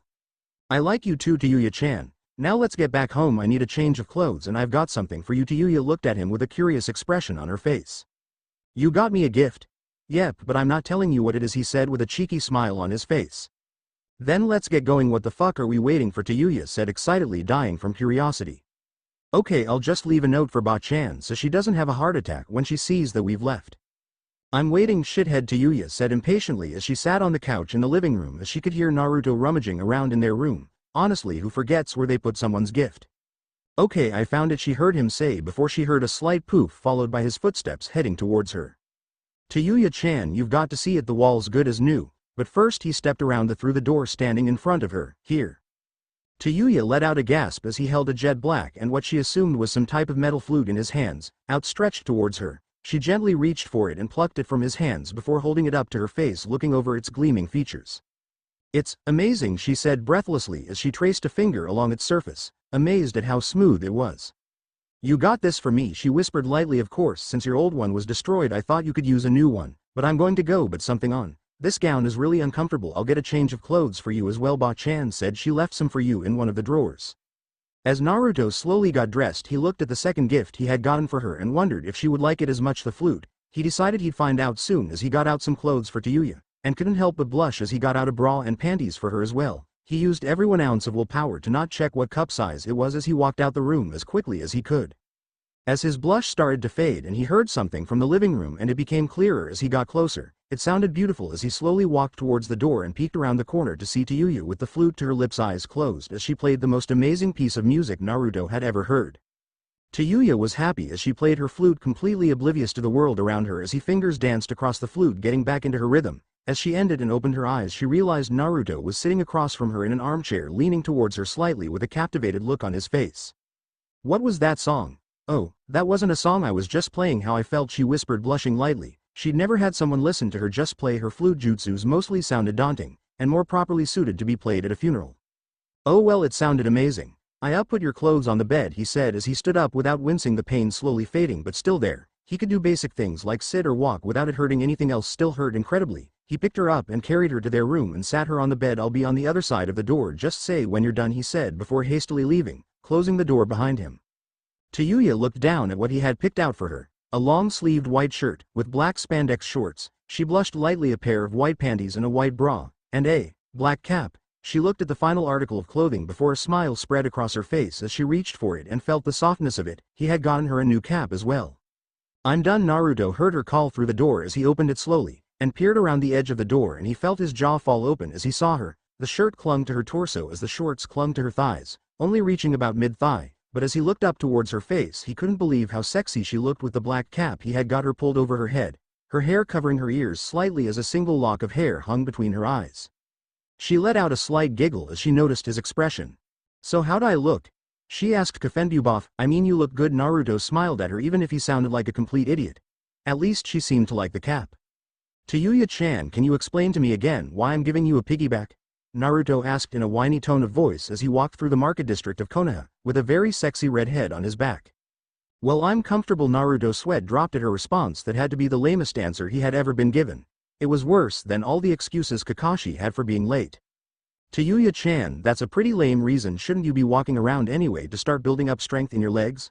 Naruto didn't mind having to carry her around, she wasn't that heavy, but the way she was currently dressed and the feeling of her chest pressed against his back, he was having difficulty on walking in a straight line, and he had already had to wipe a small trickle of blood that slowly escaped his nose.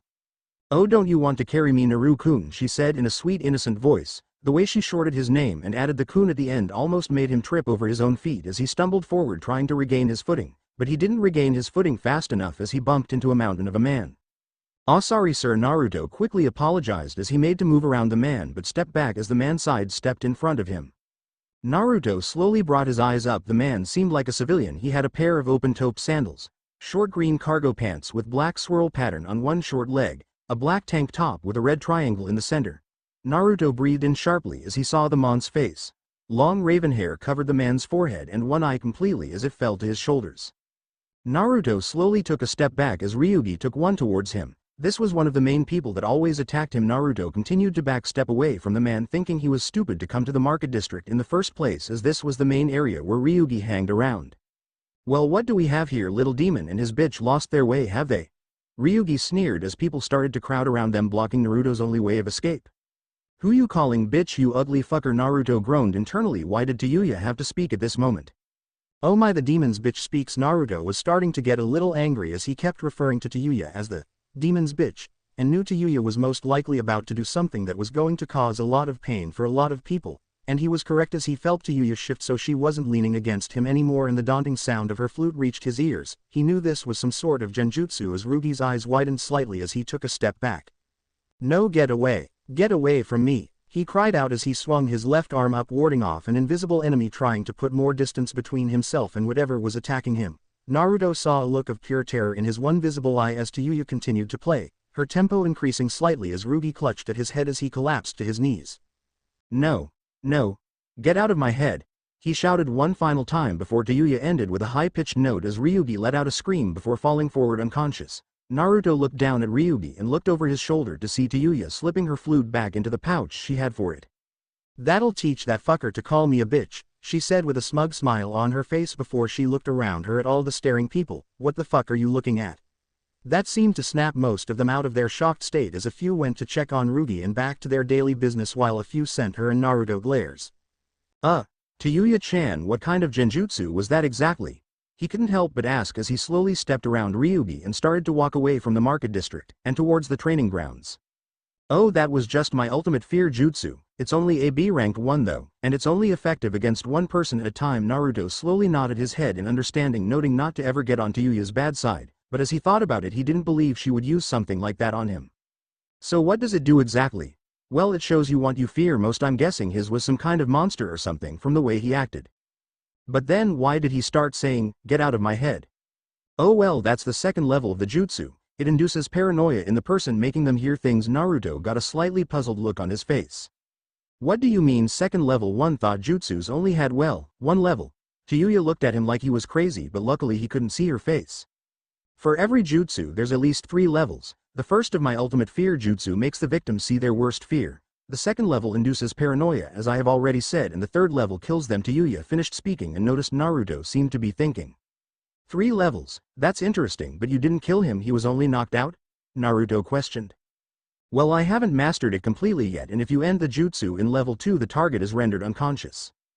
That's so cool, Naruto said enthusiastically as he continued a brisk pace through the village that was before his stomach grumbled, which was met with a similar grumble from Tayuya's stomach. Hey shithead, know a good place to eat around here? Tayuya asked as she placed her chin on his shoulder, wrapping her arms around his neck. Naruto lightly blushed at the action but kept his mind focused. Yeah, I guess I do, but it depends on if you like ramen, and what happened to Naru-kun. Well, I've never actually had ramen before, and stop complaining, shithead, suits you better than Naru-kun. Now mush slave, Naruto grumbled under his breath about cruel and troublesome women, as he walked in the direction of Ichiraku's. This is your good place to eat? Tayuya said with a deadpan expression on her face. It's a fucking noodle bar. Not just any noodle bar, Tayuya-chan. This is the only place to find the best ramen in all of the shinobi nations, Naruto said, mouth slightly watering as he thought about the delicious ramen being cooked and all the ingredients coming together. He sniffed lightly, such a beautiful thought. He walked up to the bar and lifted the curtain that hanged at about neck height and ducked under it, before going to the right corner and placing Tayuya on a stool. Ah, Naruto, haven't seen you around here in a while. Finally couldn't resist my ramen any longer? Tucci said over his shoulder as he stirred a massive pot of ramen. You know it, old man, Naruto said with a smile on his face that seemed to slightly sparkle. Oh, Naruto-kun, where have you been and who's this, your girlfriend?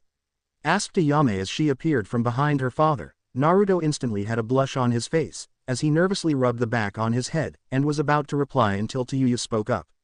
I am not his fucking girlfriend. Tayuya shouted at Ayame, who seemed taken aback slightly at Tayuya's language. Naruto glanced sidelong at Tayuya.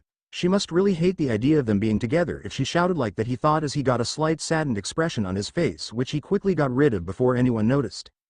Yeah, me and Tayuya-chan are just friends. Oh, I see you two just look so cute together, so what would you like to eat? She asked them. I'll have whatever, shitheads having, Tayuya mumbled as she glared at Ayame. 2 miso ramens then please, Naruto said as Ayame nodded and walked back towards her father to help make it. An awkward silence descended between Tayuya and Naruto, as they sat next to each other, neither looking directly at the other, the only sounds being that of Tucci and Ayame working, until Naruto couldn't take it anymore. So after we eat, I was wondering if you'd like to come and watch me train. Maybe give me a few tips? Naruto asked as he looked at Tayuya before turning back to watch Tucci and Ayame prepare the ramen as he started to lightly drum his fingers on the counter. Tayuya looked at him for a few moments, mulling over his offer before slightly nodding. Okay, shithead, I'll help you train, but only if this ramen is as good as you say it is. Deal? Naruto nodded his head, happy she had accepted the offer, as he knew no one could resist Ichiraku ramen. Naruto's mouth watered while his eyes sparkled as he inhaled the delicious aroma of miso ramen which had been placed in front of him. He couldn't help but start shoveling it into his mouth as Tayuya looked at him with a slightly disgusted look on her face. God, he could but it away faster than that fat-ass Jirobo. She looked away from him and down at her own bowl of shimmering ramen. She stirred the contents around slowly before grabbing some of the noodles with her chopsticks. She looked at them for a second before placing them in her mouth and chewing slowly, and in that first bite her eyes lit up as fireworks exploded in front of her. Damn, this shit was good. She too started to shovel down the ramen, glancing over at Naruto and noticing he was already on his third bowl. Okay, you were right, that was the second best food I've ever eaten, so I guess I have to help you train now, Tayuya said as she rested her head on his back, arms around him, not believing the amount of ramen they had just eaten, as she felt like falling asleep right now. Wait a minute, what do you mean second best food? Naruto said as he narrowed his eyes slightly as he once again headed towards the training grounds. Peefed, everyone knows Dango's the best food ever, Tayuya casually said as her eyes started to slowly drift shut. You have got to be kidding, Dango isn't even on the same level as ramen, Naruto said in a disbelieving tone. Yeah, you're right, Dango's definitely out of its league. Now be quiet, I'm going to take a nap, she said with a yawn as Naruto could hear her breathing become steadier and wondered how she could fall asleep so easily. Ha, Dango better than ramen in her dreams, he mumbled lightly as he looked at the ground, wondering about what she had told him about jutsus having more than one level. He couldn't help but wonder if he could maybe find out what the other levels of the Rasengan and Shadow Clone Jutsu were. Well, hello Tsunade. Jiraiya, go away, I'm too tired for any of your crap right now. Tsunade grumbled with her head flat against her desk as she tried to get to sleep, but slowly raised her head when she realized he hadn't left. She let out a sigh as she looked at him. What is it? Oh well, you see, we kind of forgot something that's really important about Tayuya. And that would be? Well, in no fault of our own, we may have forgotten to seal her curse mark. Jiraiya let out a nervous chuckle as he looked at Tsunade, but quickly paled as she slowly started to rise, her eyes shadowed by her hair causing Jiraiya to take a small step back. You mean to tell me this whole time you forgot to seal her curse mark? Now Tsunade, you forgot as well. Jiraiya realized his mistake as Tsunade rushed towards him. All across Konoha an extremely girly scream could be heard echoing all around the village. Naruto stopped his training and looked towards the village with a thoughtful look on his face, wondering if he just imagined that scream. He looked over at Tayuya, who was sleeping peacefully under a tree. He had tried and failed to wake her up, and he didn't think tickling her awake would be a good idea, so he had left her to her dreams. He shook his head lightly as he tried to get focused on the task at hand as he stretched out his right hand palm facing up. He was trying to create the Rasengan without the help of a clone and was getting closer each time. But he felt as if he was missing something that he had overlooked. He concentrated as he felt the chakra build up in his palm as he could feel it twisting around, so he focused on making it take form, and let a smile spread across his face as the light blue outline of an orb started to materialize in his palm. But he widened his eyes as he felt something go wrong, and he was blasted back off his feet and into a tree as the explosive force of his failed Rasengan hit him. He rolled onto his back and groaned. What was he doing wrong? He had the shape and form correct, but he just couldn't create one. If only Ero-sensei was here. As he thought that, he got a puzzled look on his face as a dot appeared above him, growing bigger as he realized something was falling towards him. Rolling out of the way of whatever it was, he jumped a few feet away as something crashed into the ground where he had just been laying. He got to his feet and slowly walked towards the newly formed crater in the ground and peered over the lip to see what had fallen. Ero-sensei. And there in a heap was Jiraiya with what looked like a dislocated arm and jaw. Ero-sensei, did you piss off Ba-chan again? All he got was a slight nod from the dead-looking Sannin. Naruto couldn't help but sigh. When would he learn only pain followed when pissing off Ba-chan? Well, pain usually followed when you pissed off any women, but still. He jumped back in shock as Jiraiya leapt out of the crater he had created, landing on his feet looking good as new. Naruto looked at him in astonishment, jaw hanging low. How the hell could he look perfectly fine so quickly? Experience, a voice said in the back of his head. Yeah, that was probably it. He had experience getting launched through the air. Naruto was tempted to ask him how it felt to fly, but didn't think that was too wise. So Naruto, what are you doing out here? Trying to get some private time with your girlfriend? Jiraiya said suggestively. Tayuya-chan isn't my girlfriend, he replied through gritted teeth. Really? So why do you call he Tayuya-chan? Jiraiya kept a perverted smile on his face as he spoke, as he wiggled his eyebrows, which caused Naruto to face fault. You're such a perv, Ero-sensei. This caused Jiraiya to sweat drop as he looked down at his student. I'm not a perv, I'm a super perv, Jiraiya shouted, striking a pose with his legs spread, one hand on his hip while the other pointed to the sky with a blinding smile. Naruto got a deadpanned expression as he looked at his sensei. Right, well, I was wondering if you could tell me what I'm doing wrong here, said Naruto as he once again started to concentrate on forming a Rasengan, but he stopped it before he lost control of it like last time. Jiraiya looked thoughtful for a moment. Have you tried less chakra? Naruto looked down at his palm, trying to create one using less chakra. He got closer, but he still couldn't completely form it. Ero-sensei, what am I doing wrong? He asked in a whiny tone. It's simple, you're spreading it out too much, you've got to compress it closer together, but we don't have time for that, we need to discuss a few things, Jiraiya said, switching to a serious tone. This involves you and Tayuya. It has been decided that 2 others and a possible 3rd member will be joining us on the trip. What, really? So it won't just be me, you and Tayuya-chan? Naruto said, raising an eyebrow. Correct, all 3 other members specialize in a certain area that they will be able to teach you in better than I possibly could. Now can you go and wake up Tayuya? This next part more or less is about her. Naruto looked at him with nervous eyes as he glanced over at Tayuya, then back at Jiraiya, as an internal debate seemed to be going on inside his head. Why don't you wake her up then?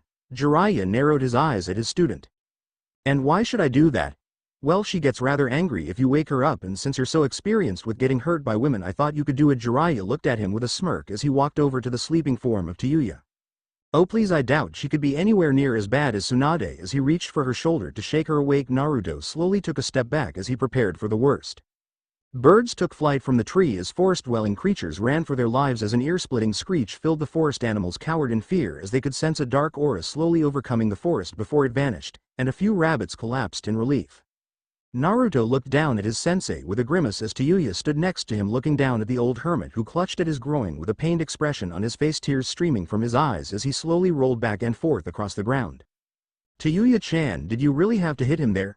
What, I thought the old perv was trying to cope a feel or something, not my fault. He shouldn't have touched me. Naruto looked at her with a puzzled expression, wondering why Jiraiya touching her would create such a reaction, but when he touched her all he got was her smiling and falling deeper into sleep. Food for thought, he summarized as he looked back down at Jiraiya, who was getting back to his feet painfully slow. Right now that Tayuya is awake, Jiraiya said breathlessly, his voice coming out as a tiny squeak, I needed to tell you I will be sealing your curse seal before we go. He let out a groan as he stood to his full height as he started to limp away. I'd explain more, but I need an ice pack, and with that he disappeared in a swirl of leaves. I almost forgot to mention, kid, she cannot be your mate until we remove the curse mark. What the hell are you going on about now? Ero-sensei just said he was going to seal it, and for the final time, she's not my mate. Naruto looked down at the snoozing Tayuya, whose head rested against his shoulder as he leaned against one of the many trees that surrounded the training ground. As Jiraiya had left, Tayuya had gone and sat under one to resume her nap. Naruto had decided to sit next to her as the fox explained how they were going to remove her curse mark, but as soon as he sat down, Tayuya had snuggled up against him, resting her head against his shoulder, causing an intense blush to spread across Naruto's face from the proximity, shifting his pants into a more comfortable position. You would thought that sleeping in the same bed together he would be able to handle her resting her head on his shoulder. So I have to bite the curse mark? It's extremely more complicated than that, but basically yes, you must bite it and inject a small amount of my chakra into her system. That's the simplified version, seeing as you didn't listen to the actual explanation. But if you do this, I cannot predict what will come of it, only that the curse mark will be removed. Hey, that's your fault, you bored me half to death with that ass explanation. But back on topic, anything could happen. He could hear the fox let out a deep sigh. Yes, anything could happen, and don't blame me, you were just having some extremely perverted thoughts about your mate. Tayuya-chan is not my mate. I was not having perverted thoughts about her, and if you don't know what's going to happen to her, then I won't do anything to the curse mark unless she tells me she wants me to. Fair enough. Naruto felt as if the fox nodded before going silent. Naruto sighed as he slumped against the tree, letting out a breath he didn't realize he had been holding in. An unknown outcome would occur if she chose for him to remove it. Death could be the result. No, he wouldn't let that happen, but not everything can be controlled, he thought with sigh. As he rested against the tree, he thought over everything that had happened to him since waking up in that hospital, how Tayuya had come into his life and changed it for the better, becoming someone he cared for and being his friend even though she knew of the fox. I doubt she'll want to be anything more, though. It wasn't the happiest of thoughts, but it was something he had to accept, especially if they were going to be spending a large amount of time together on this training mission. He closed his eyes as he got comfortable, leaning heavily against the tree, deciding he might as well take a nap, seeing as there was no way he'd be able to get up without waking up Tayuya, and he didn't feel like suffering her wrath. XXX Naruto opened his eyes and found himself in his mindscape. He sighed as he looked up at the all-too-familiar sewer-like environment, tracing the pipes that ran along the ceiling, branching out into tunnels scattered about the large flooded chamber, all leading to the cage that occupied the one entire side of it. It seemed too pristine to be in this dank sewer, an unfit prison to hold the most powerful of the tailed beasts. What now? I was kind of looking forward to sleeping, Naruto mumbled in annoyance, glaring up at the cage with narrowed eyes.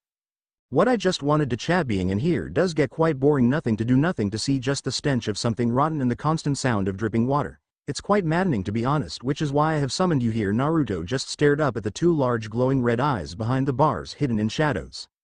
I'm here so you can complain you're bored. Naruto just face faulted at that declaration as he slowly looked up at the fox with disbelief in his eyes. You have got to be kidding.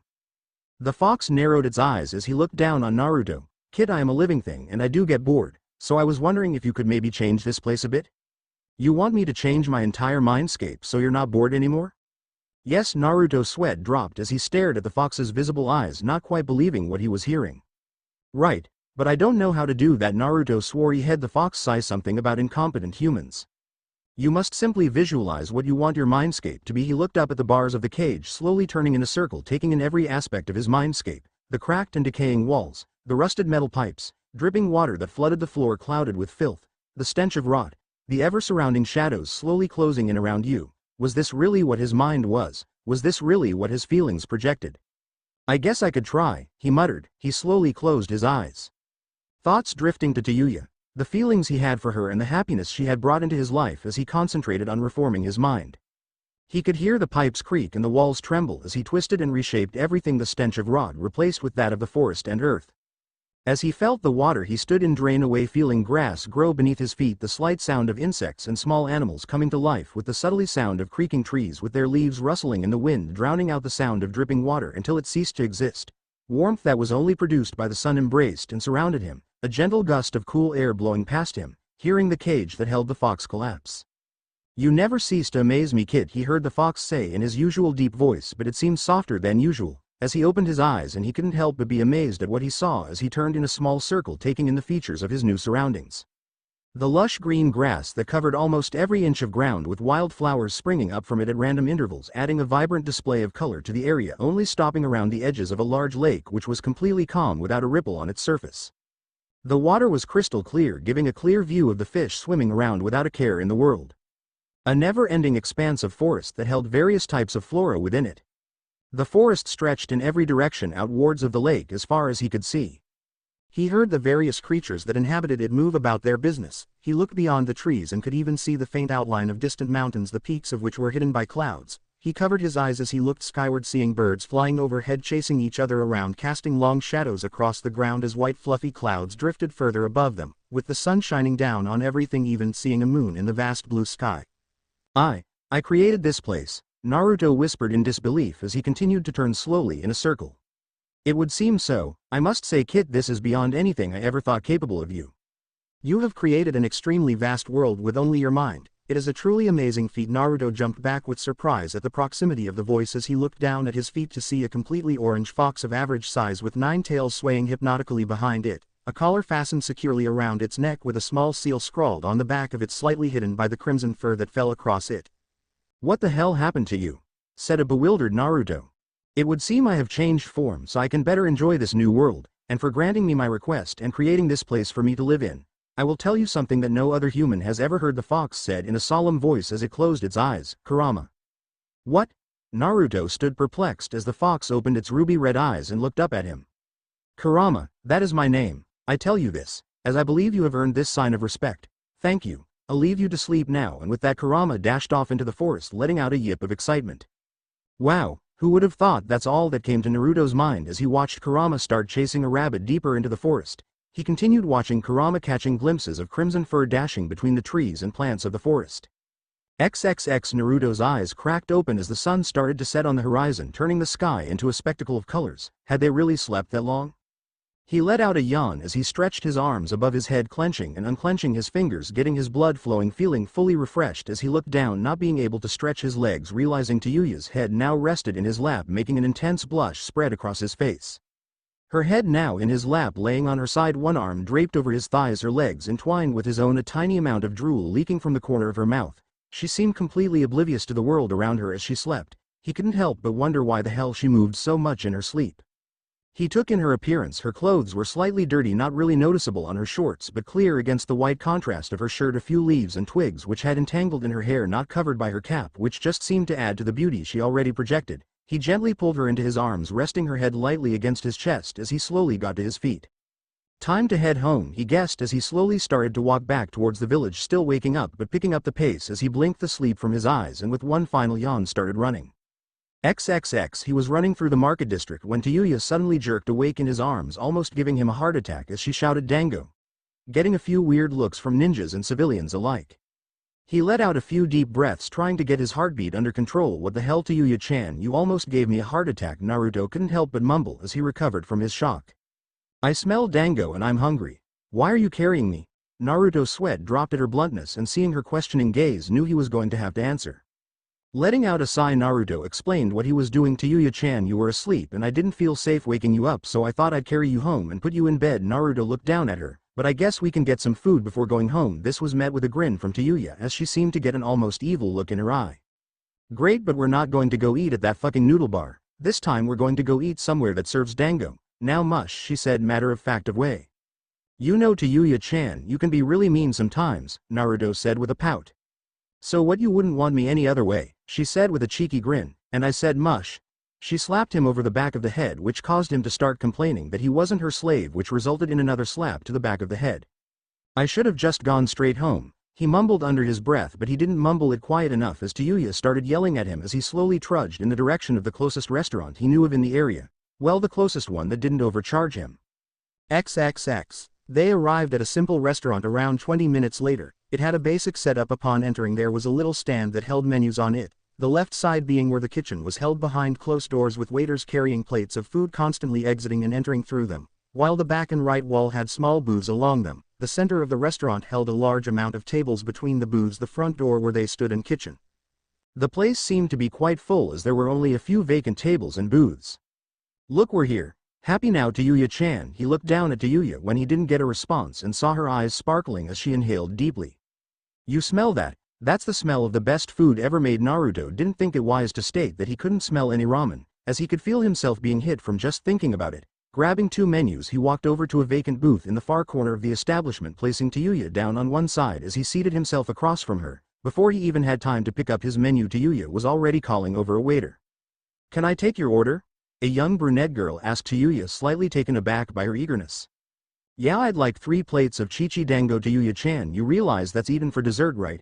Naruto said, raising an eyebrow but paled, as she looked at him with pure evil evident in her eyes, promising extreme amounts of pain. "Are you telling me what I can't eat, Naru-kun?" she said in a sickly sweet voice as Naruto paled more, his skin becoming a pasty white as he violently shook his head from side to side, waving his arms in front of himself. No, of course not, you can eat whatever you like." He let out a nervous chuckle, followed by a relieved sigh as she stopped giving him a death glare. "And your order?" asked the brunette, turning towards Naruto with a smile on her face, as she seemed to be trying to hold back a laugh. "Oh, I'll have." His eyes looked across his menu and became slightly dejected as he noticed there wasn't any ramen. "I'll just have some dango too." "Any specific type?" "Surprise me," he mumbled sadly as he slumped in his side of the booth, looking across at Tayuya, who had an incredibly mile-wide smile on her face. "You really like dango, don't you?" "Yep," she said, her smile getting bigger. Naruto looked at her and couldn't believe how happy she looked as she seemed to be almost jumping in her seat with excitement. Now he knew why people looked at him funny whenever he ate ramen. He must look like he was crazy. "Tayuya-chan, calm down, it's only dango. I haven't had this shit in so fucking long," though she almost yelled as Naruto noticed a few people closer to them stare at her, slack-jawed at her choice of words. "Tayuya-chan, do you think you could maybe not swear so much in public?" He knew it was a pointless question and her response reinforced that fact. "I'll fucking swear as much as I fucking want to when I'm out in fucking public, shithead. Who cares what these fuckers think? Are you embarrassed by me or something?"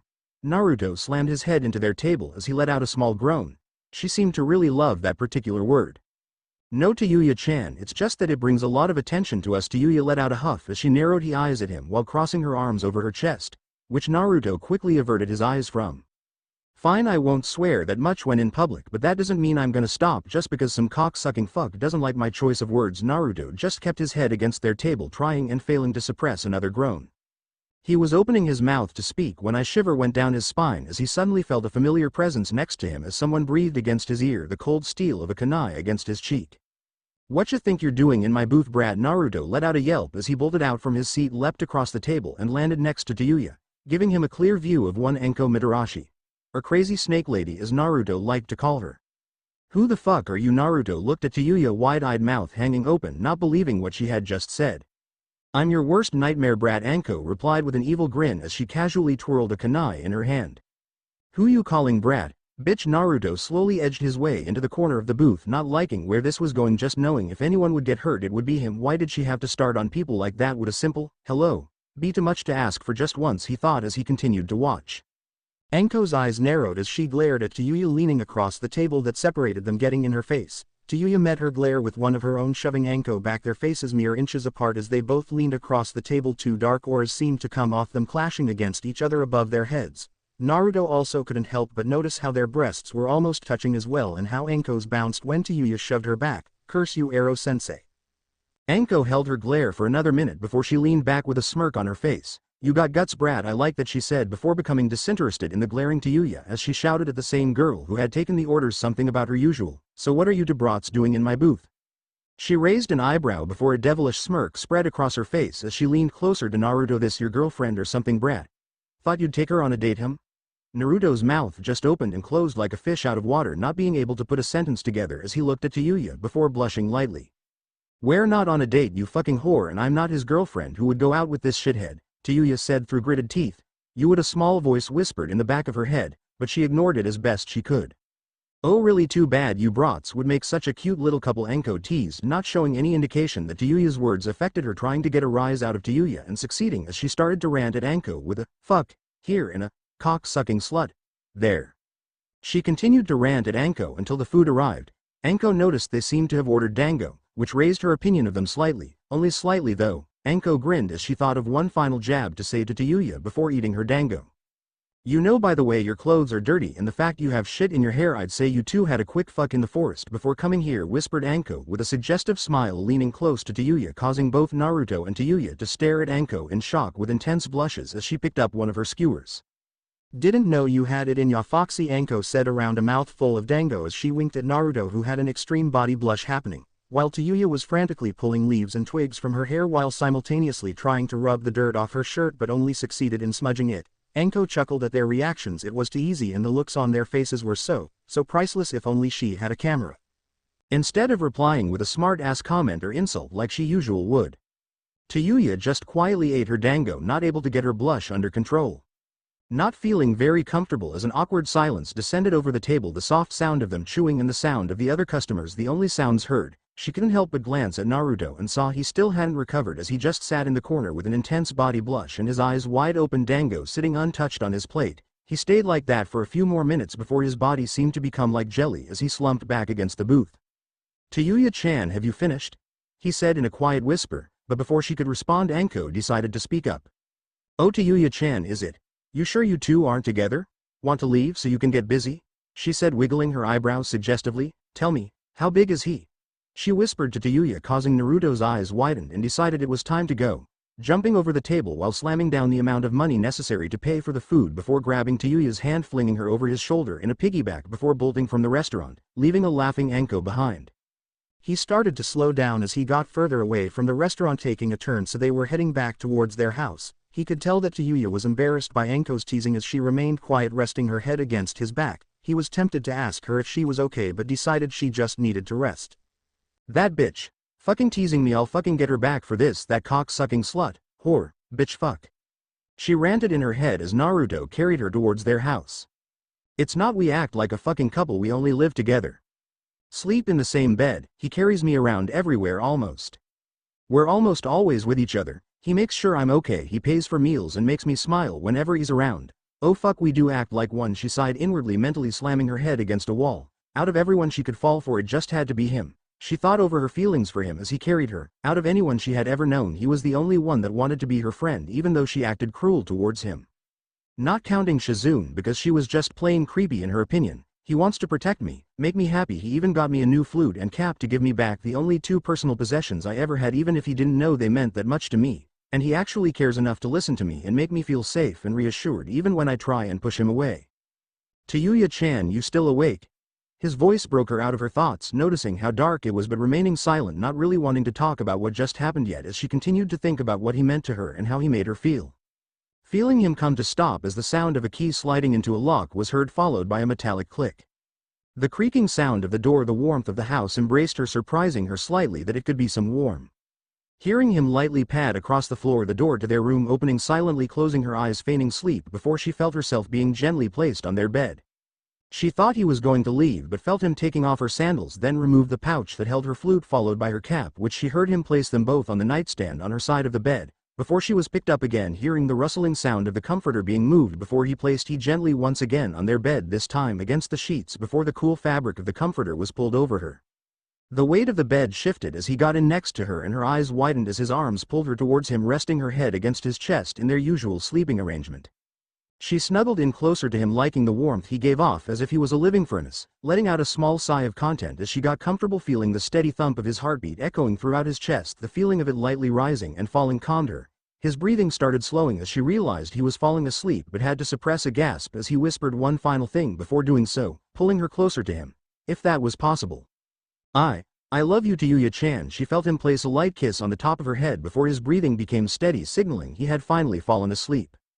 Tayuya lay there in stunned silence, not believing the words she had heard from him, desperately wanting to wake him up and ask him to repeat what he had said, but the single thought of what type of love does he mean stopped her from doing so as she tried to get to sleep. Maybe I'll ask him tomorrow, she thought as she looked up at his sleeping face. I love you too, Naruto-kun, she whispered, turning over and laying her head against his arm and falling asleep as his sleeping form instinctively rolled over and wrapped his other arm around her waist, entwining his fingers with hers before pulling her once again against him, her back pressed against his chest, holding her close. XXX. A shadowed figure crouched on a tree looked down on the sleeping teens, evil intent clear in their red Sharingan eyes spinning wildly in the darkness, as they seemed to glow in the darkness. Now I know your weakness, Naruto. I'll use it to destroy you, the shadowed figure whispered before disappearing into the trees, the moon slowly rising into the sky, signaling the end to another day as the stars shone down on Konoha and through the window of Naruto and Tayuya's bedroom illuminated the smiles that they both wore, happy to have the other by their side. XXX. They have both agreed then, Tsunade. Yes, Anko and Yugo have both accepted to leave with you to help train Naruto and Tayuya, but you'll have to ask Joroshi yourself when you near the border. Jiraiya nodded, his head leaning against the frame of one of the windows looking up at the rising moon. I'll go and start setting up the sealing chamber then, Jiraiya said, getting ready to jump from the window but stopped as Tsunade held up a hand. I'll ask you wait to do that after she can use her legs probably again. Jiraiya once again nodded before jumping from the window and into the night. Bastard didn't even leave any sake, Tsunade mumbled before getting back to work on the endless pile of paperwork that proudly sat on her desk. She glared at the pile, wondering if she could just burn it all. Konoha, the village hidden in the leaves, the most powerful of all the hidden villages of the shinobi nations, with the proud Tsunade, one of the 3 legendary Sannin renowned medic nin as Hokage, who was trying to pull a redhead screaming bloody murder off a horribly beaten blonde boy who was letting out a girly scream. Tayuya-chan, I'm sorry, Naruto squealed as said redhead continued to land blow after blow on his prone, whimpering form. You saw me getting dressed, you fucking piece of shit. Tayuya yelled at him as she fought against Tsunade's grip on her, but even so Tsunade seemed to be letting the girl stay in range of the blonde, getting some kind of enjoyment out of the situation. It just wasn't every day you see a girl who can barely stand on her own feet beat a boy senselessly, even though he was healthy, stronger, could walk away from almost anything alive, and held the most powerful of all the tailed beasts demon in his gut. It was just plain hilarious. I said I'm sorry, Naruto whimpered. Not fucking good enough. Learn to fucking knock, you bastard. 10 minutes prior. Well, Tayuya, everything seems fine, but since you're now a kunoichi of Konoha, you'll have to get a medical checkup every month. Understood? And we'll have test your abilities so I can give you a ranking, but I think you're about as strong as a chunin, Tsunade said in a professional tone, standing up, green medical chakra fading from her hands, picking up a clipboard with a few sheets of paper on it, writing a few things on the top one before setting it down on her desk. Yeah, you old hag, I get it. Can I put my bra and top back on now? Tsunade was tempted to put the girl through a wall, but knew only Naruto and Jiraiya could survive that, and anyway she knew just how to get underneath the girl's skin, a smirk appearing on her face as she looked at Tayuya. You might want to leave the bra off in case you and Naruto decide to have some fun. Tayuya's eyes narrowed. You bitch, at least I'm getting some, Tayuya countered, and all that stamina, even if my legs were healed I don't know if I would be able to walk. Tayuya continued with a grin, watching Tsunade's eyes widen. Tayuya stood up, turning her back on Tsunade, picking up a black tank that was lying on top of the white examine table she was just sitting on. Maybe I'll leave the bra off like you said, it'll only get in the way later. Now, as Tayuya continued to make Tsunade look more and more convinced that her and Naruto were sleeping together, she didn't take into account that the handle on the door leading into the room was turning. I mean, we do go at it, Lee. Tayuya-chan, you done yet? Oh fuck, Naruto voice rang out across the room, making Tayuya's head snap towards the door to see Naruto looking at her topless tank top in hand. Two things happened. 1. A blood-curdling rage welled up inside her as her fists clenched and was going to make Naruto regret the day he was born more than he already did. Her foot was going to go so far up his ass that he would taste it in his mouth. 2. A blush spread across her face as she watched him look at her chest for a few moments before slowly raising his eyes to hers, and she wished she knew what he was thinking. Tayuya-chan, I'm sorry. He stammered out an apology as he took a shaky step back, fear in his eyes and seeing an amused look on his Ba-chan's face. Shithead, I'm going to kill you, Tayuya said through gritted teeth, face blushing from embarrassment and pure rage. As her eyes burned with the fires of hell, she quickly put her tank top on, bra momentarily forgotten as she stomped over to Naruto, who raised his arms in front of himself meekly to defend himself, the fact that she could barely walk forgotten as fire burned in her eyes. Back to present. Tayuya-chan, please, I said I'm sorry, I'll do anything to make it up to you. You shouted out as she landed another punch to his stomach. Tayuya stopped hitting him as Tsunade let her go as she put a hand to her chin in a thinking pose, eyes looking down at him in a calculating manner. Anything, huh? Okay, then you're going to help me practice with my kunai and shuriken, deal? Tayuya said, offering him a hand to help him get up. Okay, I'll go wait outside the door, Naruto said, quickly wanting to get out of the room before she changed her mind, but on the way to the door he noticed something.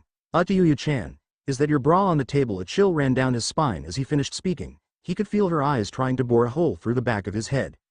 Shithead. Get the fuck out. The anger in her voice left no room for argument as he bolted from the room and afterimage left where he was standing a Naruto-shaped hole in the door. Strange how there wasn't any sound indicating he had hit it. Tsunade coughed into her hand as Tayuya continued to glare trying to set the spot where he was previously standing on fire with it alone. Tayuya slowly turned her head to face Tsunade. Okay, well now that's sorted. I can tell you should actually be able to start training again in 2 days seeing as the operation went better than expected and you're healing faster than expected too.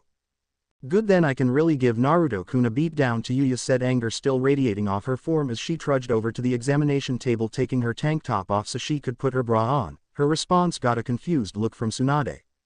Naruto-kun, I thought his name was Shithead. Tayuya's eyes widened. Fuck. I meant Shithead. Why the fuck would I call him Naruto-kun? You're just a senile old hag. Shut up. Stop calling me old. Never. XXX. Tayuya-chan, why am I tied to a tree with an apple on my head? Naruto was scared. Actually, he was beyond scared at this moment as he looked wide-eyed the few meters in front of him where Tayuya stood, kunai in hand, one eye closed with her tongue sticking out the side of her mouth. Shithead, I said, be quiet, you're distracting me, Tayuya said in a dismissive tone, causing Naruto to gulp as he opened his mouth to say something, a kunai thudding into the hard bark of the tree right next to his head. Nope, fuck it, untie me, I'd rather be beaten. Naruto shouted as a second kunai thudded into the tree, this time on the other side of his face, followed by 2 shuriken that landed on either side of the apple. His eyes widening as one of his beloved blonde spikes slowly fell in front of him, gently falling to the ground. God damn it. You made me miss.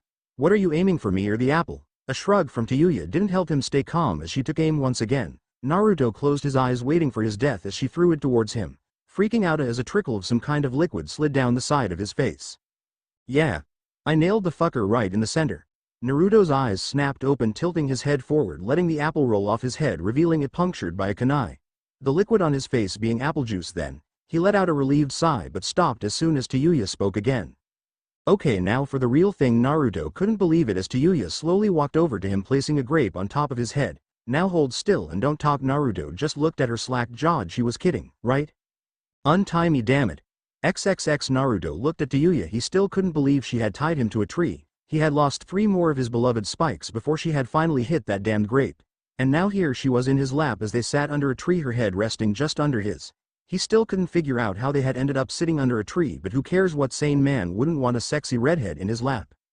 Tayuya-chan, you're insane, I hope you know that, he stated in a dry tone. Oh, don't be such a pussy, I wasn't going to hit you. You took some of my hair off, it looked uneven, I was just making it tidy. Naruto's sweat dropped as she admitted to doing it on purpose.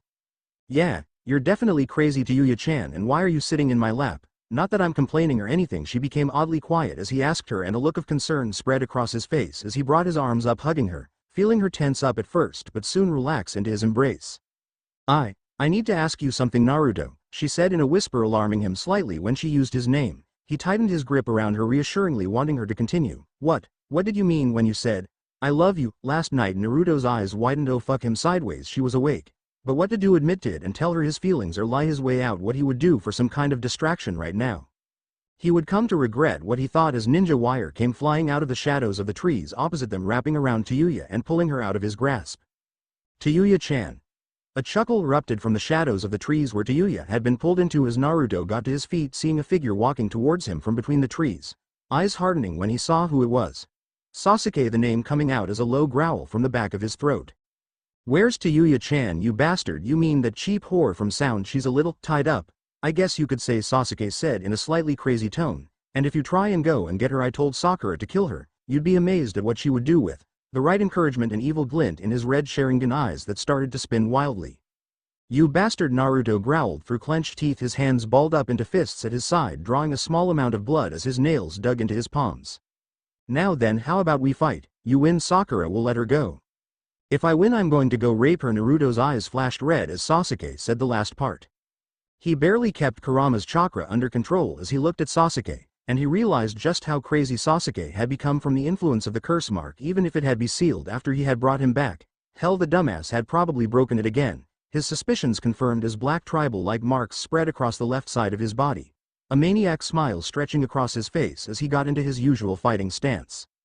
Hell, maybe I'll rape her in front of you until she begs me to kill her, and as I spill her blood across your face, I'll rape her corpse. Naruto's features started to change into his basic one-tails form as anger flooded his mind, and he struggled to keep it in check. His appearance halted its transformation as he gained control, trying to calm down and keep a clear mind, suppressing Kurama's chakra with his own.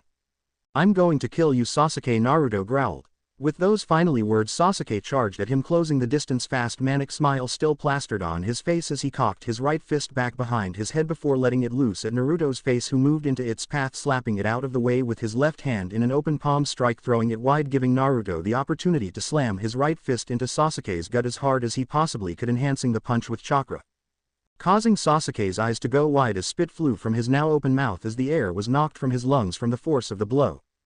He was pushed a few meters away from Naruto, gasping for air as his Sharingan eyes fixed themselves on Naruto, who stood calmly, only having moved a few steps from where he previously was.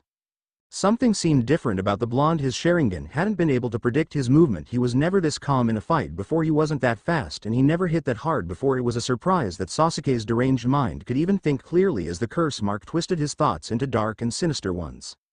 But he didn't really listen to his own observations as he rushed back in to engage the blonde, leading with a left kick, spinning on his right foot, using the momentum of the spin to follow the kick with a punch from his right.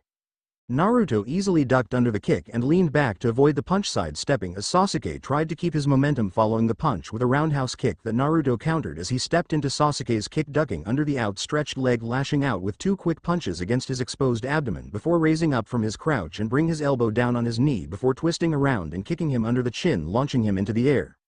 But Naruto didn't stop, creating a shadow clone to throw him towards Sasuke. He didn't want to end his combination just yet. His clone dispelled as soon as he was in the air, flying towards Sasuke's still rising body. Maybe I put too much chakra into that, Naruto thought absent-mindedly before he reached the zenith of his flight, leaving him just a bit above Sasuke in the air. He turned his body in the air so his head was facing towards the ground, his feet above him tensing as he got ready to land another blow on Sasuke. Continuing the spin-like motion, bringing one leg down ahead of the other as he slammed one into Sasuke's chest with a thud before an ear-splitting crack could be heard as he followed up the first with his second, breaking at least 3 of Sasuke's ribs. The force of Naruto's kicks sending him crashing into the hard ground, creating a large crater about 2 meters in diameter, with Naruto landing in a kneeling position next to it. "Get the fuck up, Sasuke, I know you're still alive." He leapt back as a kunai with an explosive tag landed at his feet, exploding as soon as it connected with the edge of the crater, the force of it throwing Naruto back, his body a rag doll through the air before he crashed into a tree, snapping it in half as it wasn't enough to stop his momentum. Rolling across the forest floor on the other side of it, a large gash above his left eye, while a large piece of bark speared itself through his left forearm. "Huh. You thought you could win last time? Was a fluke, Naruto, and a mistake. A mistake I plan to rectify." Naruto picked himself up and dusted off his shirt. Well, what remained of it? Now it was just blue strips of cloth clinging to his frame. It was his one favorite too. He let out a grunt as he ripped the piece of bark from his arm, wiping the blood out of his eye but smearing it across his face in the process, his eyes darting around him trying to spot Sasuke.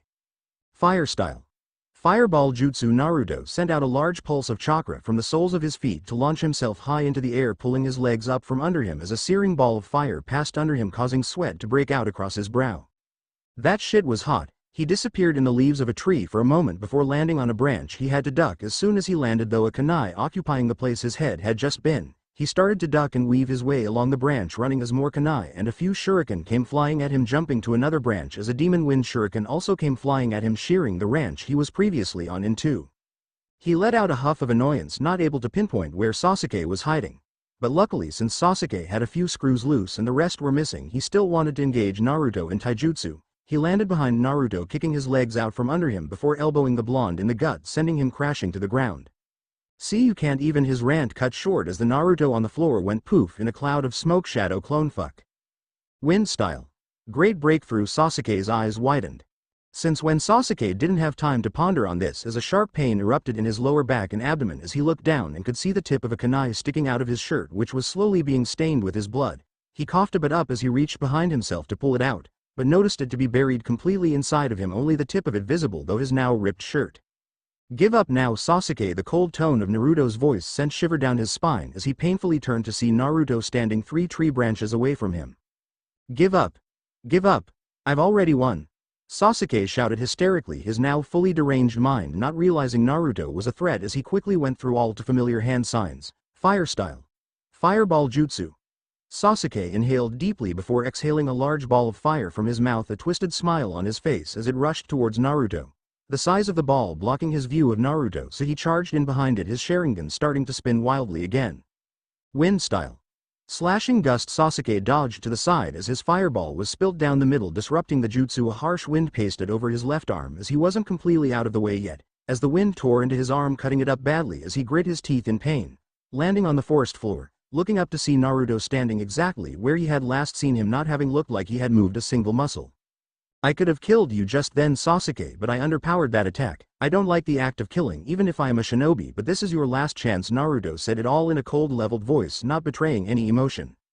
Sasuke just sneered up at him, anger evident in his eyes. We'll see if you're like that when I've bent that whore over in front of you. And his words turned into a gurgle as a knee was placed in his gut, causing him to keel over right into a fist that snapped his head back, blood spraying from his face and mouth as his nose was broken and a few teeth were knocked out. He landed with a heavy thump, his body bouncing slightly, kicking up a small cloud of dust. Don't you ever mention Tayuya again. Sasuke slowly got to his feet, spitting out a large amount of blood, wiping a trickle from the corner of his mouth, seeing Naruto's face now full of rage, eyes blazing red as he bared his now elongated canines, using Kurama's chakra to go into his one-tailed form as he looked at the Uchiha, who still had the smile of a maniac on his face. I'll kill you, Naruto, and I'll do it now. Then go rape the sound whore. Sasuke shouted as he jumped away from the feral-looking blonde as he slashed at him with his now claw-like fingernails. His skin started to change to a grayish color, his hair lengthening considerably. He hunched over slightly.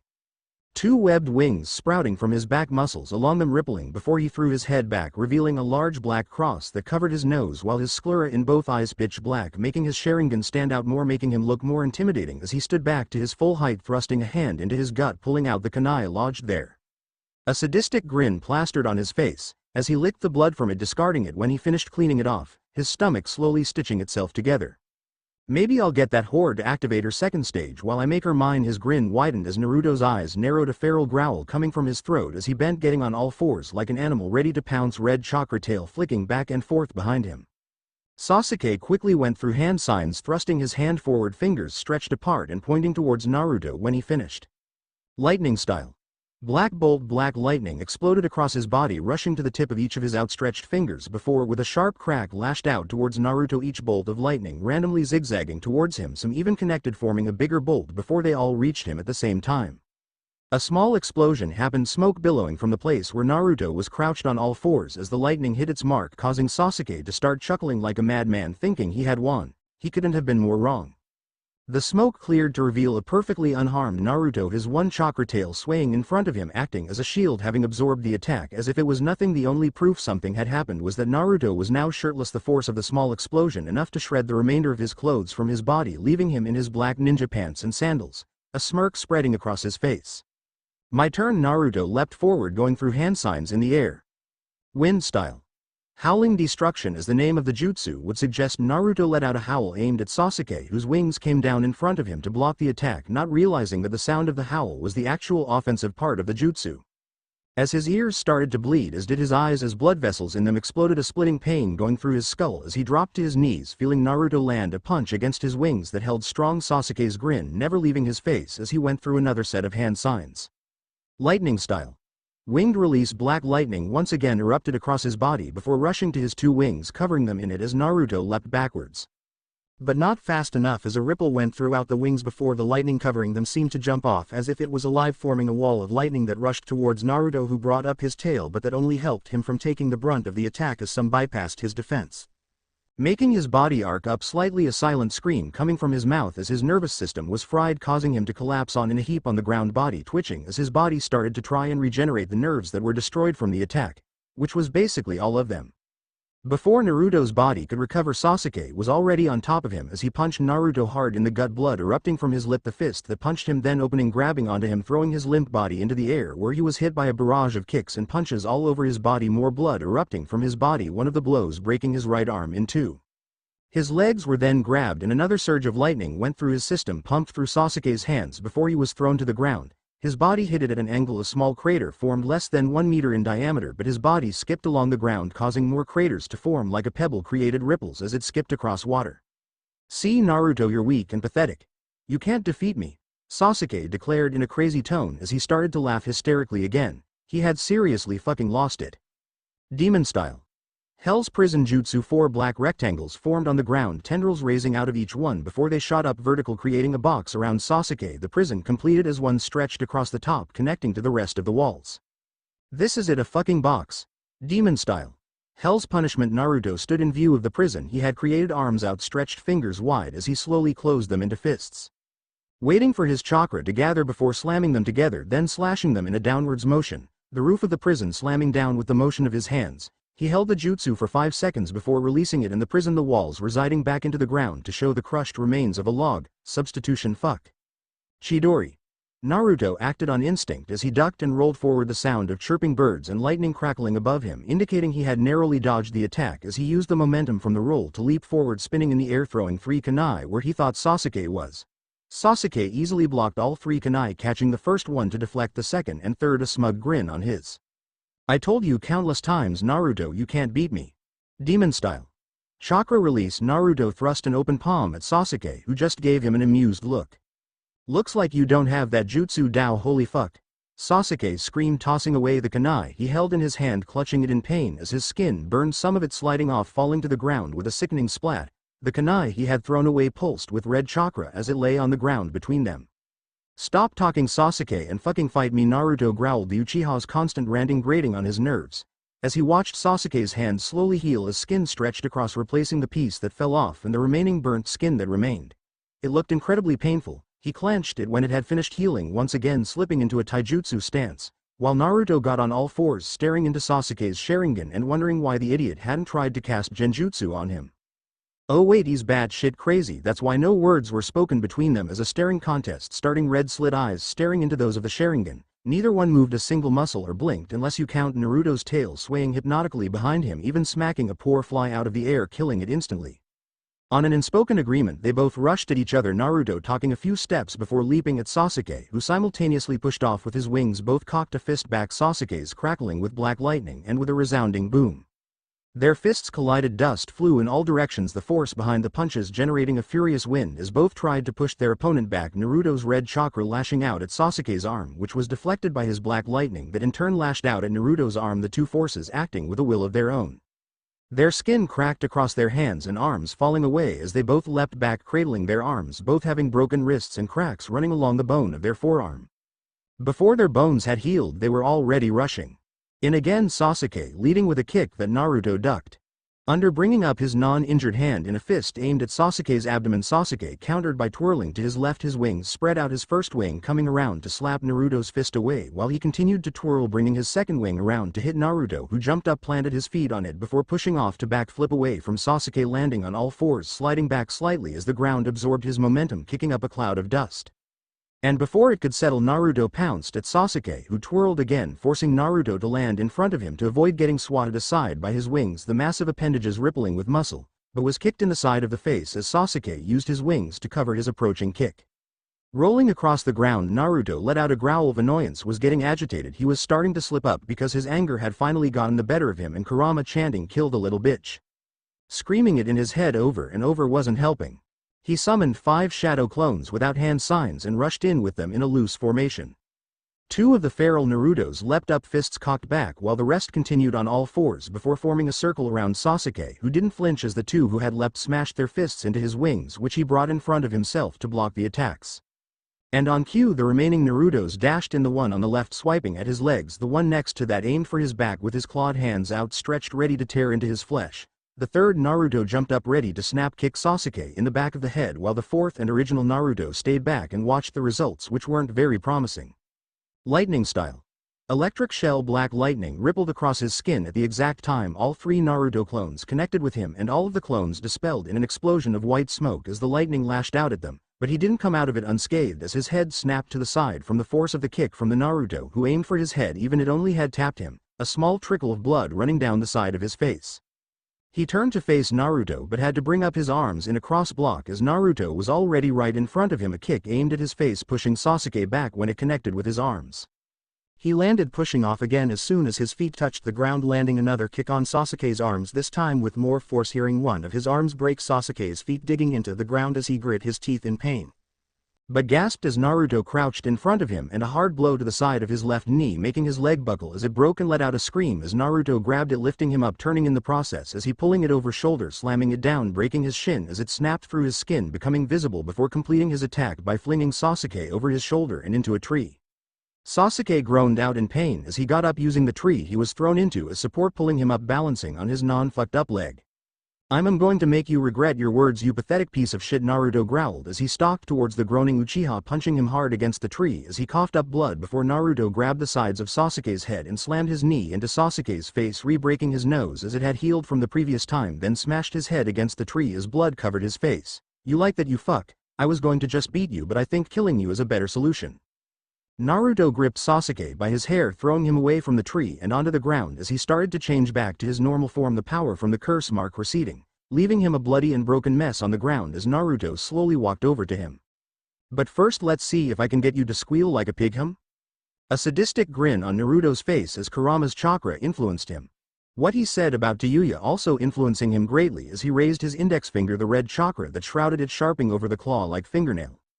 He used his other hand to get a grip on Sasuke's hair again pulling face up before tracing a line across his face from his chin to under his right eye across his nose and over his left eye before bringing it down sharply slashing the corner of his left open along with his cheek as Sasuke let out a scream of pain as blood gushed from the wound.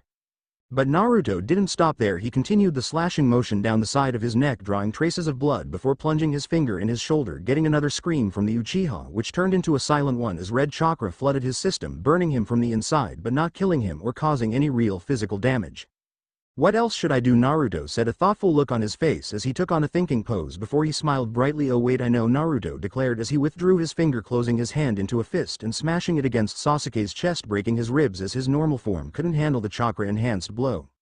He coughed up blood as a few of pieces of rib punctured his lungs. He raised his fist again and brought it down on Sasuke's right leg enticing a pained gasp once again from the Uchiha as he shattered the bone.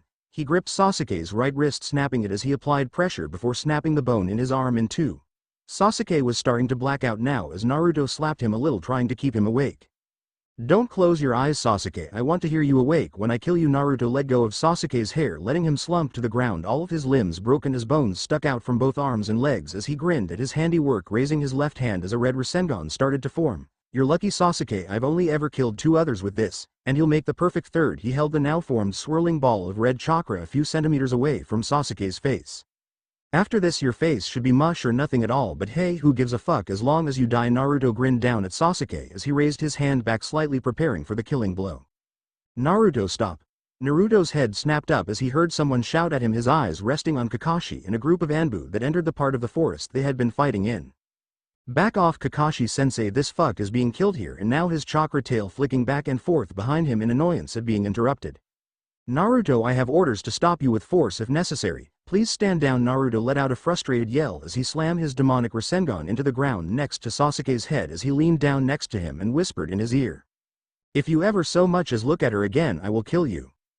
Naruto growled when Sasuke managed to sneer at him as an empty feeling suddenly filled Naruto. She's already dead. Sasuke spat blood into Naruto's face before he was knocked out as Naruto slammed his fist shattering his already broken nose before getting to his feet, and before the Anbu or Kakashi could make a move Naruto was already dashing away from Sasuke and into the trees in the direction of where Tayuya's scent was strongest and the overpowering scent of blood hanged in the air. XXX Tayuya thought the pink-haired bitch guarding her was crazy so she wasn't paying attention when she pulled a kunai from one of her weapon pouches before muttering some about Sasuke-sama's orders. Tayuya listening to the fight going on somewhere in the forest before didn't notice the pinkette raise the kunai over her head before bringing it down in a stabbing motion. That was when the searing pain erupted in her left shoulder just above her heart, stars of pain exploding before her eyes. So here she was trying to keep her eyes open as blood soaked through her tank top from around the kunai lodged in her entire left arm covered in warm blood as it trailed down it gathering on her fingers before falling to the forest floor coating the green grass a crimson red. That dumb pink-haired bitch couldn't even kill me and I'm tied to a fucking tree, she thought angrily shaking her head slightly trying to focus on keeping her eyes open keeping the darkness at the edge of her vision at bay. But the fight to keep her eyes open wasn't going too well as her head slumped as any and all strength to move was slowly sapped away from the amount of blood she had lost. Watching her blood drip and pool on the ground around her feet, she knew she was most likely going to die as her vision started to darken, her eyes becoming blurry as tears filled her eyes before following towards her feet washing away some of the blood that coated the grass, hating herself for being weak. The worst part was she never got to find out what Naruto's word had meant. The thought of dying now scared her more than it ever had as she heard her name being called out in the distance, trying to raise her head while straining to try and hear who it was calling but still couldn't make out who the voice belonged to, her head slumping against her chest. Her body was going numb as the warm feeling of her own blood started to fade, her vision becoming darker. Naruto-kun, his name left as a soft whisper from between her lips as her eyes drifted shut, not able to hold out any longer as the blood loss overcame her and she fell unconscious, the ninja wire tying her to the tree keeping her up. Heavy footsteps were heard, the crunching of grass, the heavy panting of someone's breathing. Tayuya-chan, Naruto bellowed as he ran through the forest trying to locate the girl he had feelings for, his sense of smell failing him as the scent of blood got stronger and stronger, a knot forming in his stomach as fear overwhelmed him, his foot catching on the root of a tree sending him crashing forward through the undergrowth, his eyes widening at what was on the other side. Tayuya-chan, his deep voice a whisper as he saw her tied to a tree, kunai lodged in her left shoulder covered in her own blood as a small trickle still slid down her arms and dripped off the bottom of her black top now forever stained with the red of blood. Tayuya-chan, wake up, his voice a desperate plead as tears welled in eyes as he moved towards her, slipping out a kunai and cutting her free, catching her in his arms as she limply fell forward, tears splashing on her face as Naruto cried above her, holding her to his chest. Tayuya-chan, please don't die, please, I can't lose you. He sobbed above her, more tears spilling from his eye, lowering his head till their foreheads touched, his headband gone from his tumble. Kid, listen, bite her and we can save her. The sudden sound of Kurama's voice shocked Naruto, who didn't understand what he meant until he felt a tug on his will and realized Kurama was trying to take control and succeeding. Since he was in a weakened state, it must be done now. Naruto's cerulean blue eyes flashed to an angry red as Kurama gained control, moving Tayuya's top out of the way and with a growl bit into her shoulder, his canines piercing her curse mark, which started to flake away as Tayuya's body jolted, red chakra flooding her system. The now possessed Naruto pulled away from Tayuya's shoulder as she started convulsing in his arms as he body arching up before slamming back into his arms repeatedly. He reached forward and pulled out the kunai in her shoulder, throwing it away, and watched as the wound closed itself, red chakra flaring around it before she took in a shuddering breath. That was the last thing Kurama saw before Naruto's body collapsed from chakra exhaustion, torn muscles and broken bones that hadn't healed properly. XXX Tsunade-sama, his vitals are dropping, darkness, endless darkness everywhere, no lights, no warmth, not even the feeling of being cold, just an empty void filled with voices that echo around him. Goddamn it, don't die on me. He felt like he was falling, tumbling towards something that he had never seen. He's flatlined, a jolt of pain coursing through his body, tumbling through the dark light that slowly brightened below him. Naruto. XXX, he awoke while a jolt pain coursing through his body, eyes snapping open. Tayuya-chan. He shouted out her name, a cold sweat clinging to him, his eyes darting about as he rolled off whatever he was laying on, IV drips and wires hooked up to monitors ripping from his skin, a fresh wave of agony tearing through as he hit what he assumed was the ground. Tayuya-chan, he gasped as his body twitched and convulsed, not obeying his commands to move. A light flickered on overhead so suddenly it caused him to cry out as his eyes burned until he ran out of air, trying to breathe in a shuddering lungful of air but only going into a coughing fit, his chest hurting with each cough as blood splattered the floor in front of his face. Naruto. He recognized the voice of his Ba-chan. He blindly reached in front of himself. Tayuya-chan, it hurt to speak but he needed her as he clawed the ground in front of him, blindly searching for something to help him stand up. Shizune, help me get him up. He felt two pair hands grab him, lifting him up, causing him to let out another cry of pain from the contact, until he was placed on something soft. Tayuya-chan, it came out as a whispered croak this time as his voice cracked, blinking open tear-filled eyes, the blurred images of his Ba-chan and Ne-chan looking down on. He tried to reach for them but only cried out in pain as his arm exploded in agony, feeling like it was on fire. Naruto, listen to me, you need to relax, the soothing voice of Shizune said to him as a delicate hand touched his forehead. He's burning up, Tsunade-sama. I'll go and get a sedative. En no ta, take me too. Tayuya-chan, Naruto croaked in a pleading tone, saying her name, pained gasp. Naruto, you need to relax, okay? We'll take you to see Tayuya later. Shizune's soothing voice was again spoke to him as something sharp pricked his skin, and he felt all his muscles turn to jelly as a numbing sensation spread through him, the pain he felt easing away into a dull throb. Naruto, I want you to listen to me. I need you to sleep for a few more hours before you can see Tayuya. Don't worry, nothing's wrong, she's just in intensive care. Before we're positive her life isn't in danger. Naruto felt his heartbeat speed up. How was he not supposed to freak out? She was in intensive care. But I need to be wi. He was cut off as he went into another coughing fit, blood splattering his lips and face as his body started to convulse again, a wound on his chest reopening, blood soaking his hospital gown in a matter of seconds. Tsunade-sama, he needs to be in intensive care as well. There's no more room available. We gave the last one to Tayuya because I knew Naruto would want her to have it, Tsunade said quickly, her hands glowing. Gliding over Naruto's chest, his wound closing again and his body relaxing as it stopped convulsing. But Tsunade-sama, I know Shizune, you don't need to tell me. Naruto heard Tsunade snap at Shizune angrily, his mind slowly shutting down. That should help him sleep for a few hours. Go and check on Tayuya, I'll stay with Naruto. Yes, Tsunade-sama. The door clicked shut behind Shizune, her footsteps fading the further she went as Tsunade took a seat next to Naruto's bed and slowly stroked his hair. A pained expression still on his face, but from the damage to his body or knowing Tayuya was hurt, Tsunade couldn't tell. You love her, Tsunade whispered to his sleeping form, neither a question nor a statement. XXX. Whirring of machines and a steady beep filled the dark room with its sole occupant asleep, her red hair sprawled around her head, an emotionless expression on her face which didn't suit her at all, her eyes flicking back and forth rapidly under her eyelids, fingers and toes occasionally twitching, muscles randomly tensing and relaxing as her body sorted itself out.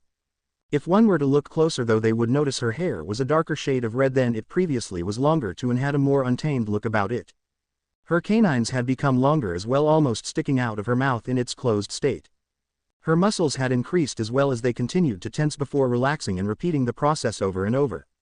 A very noticeable change was that her breasts had increased in size, not dramatically but noticeable, as her hospital dipped in the valley between the globes of soft flesh.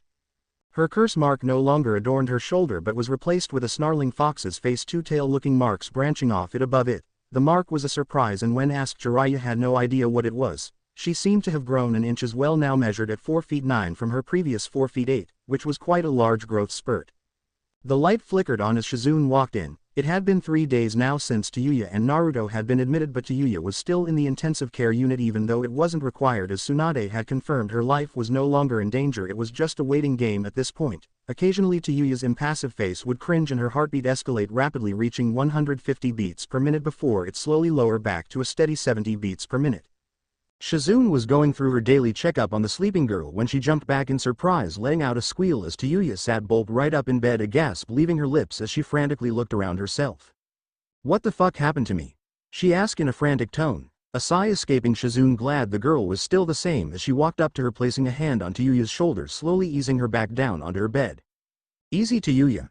What do you remember before you woke up just now? Tayuya gave her a puzzled look before anger lit up in her eyes. That emo faggot fucking tied me up to a tree and attacked Naruto, leaving some pink-haired bitch to guard me, and then she fucking stabbed me like 10 minutes later. Then she walked off leaving me to bleed out and I must have blacked out. Shizune let out a sigh of relief. Good, you remember what happened. A smile on her face as she spoke. I'll go get you some crutches, Shizune said, turning around heading for the door. Why the fuck do I need some shitty crutches? Can't Naruto-kun just carry me like usual?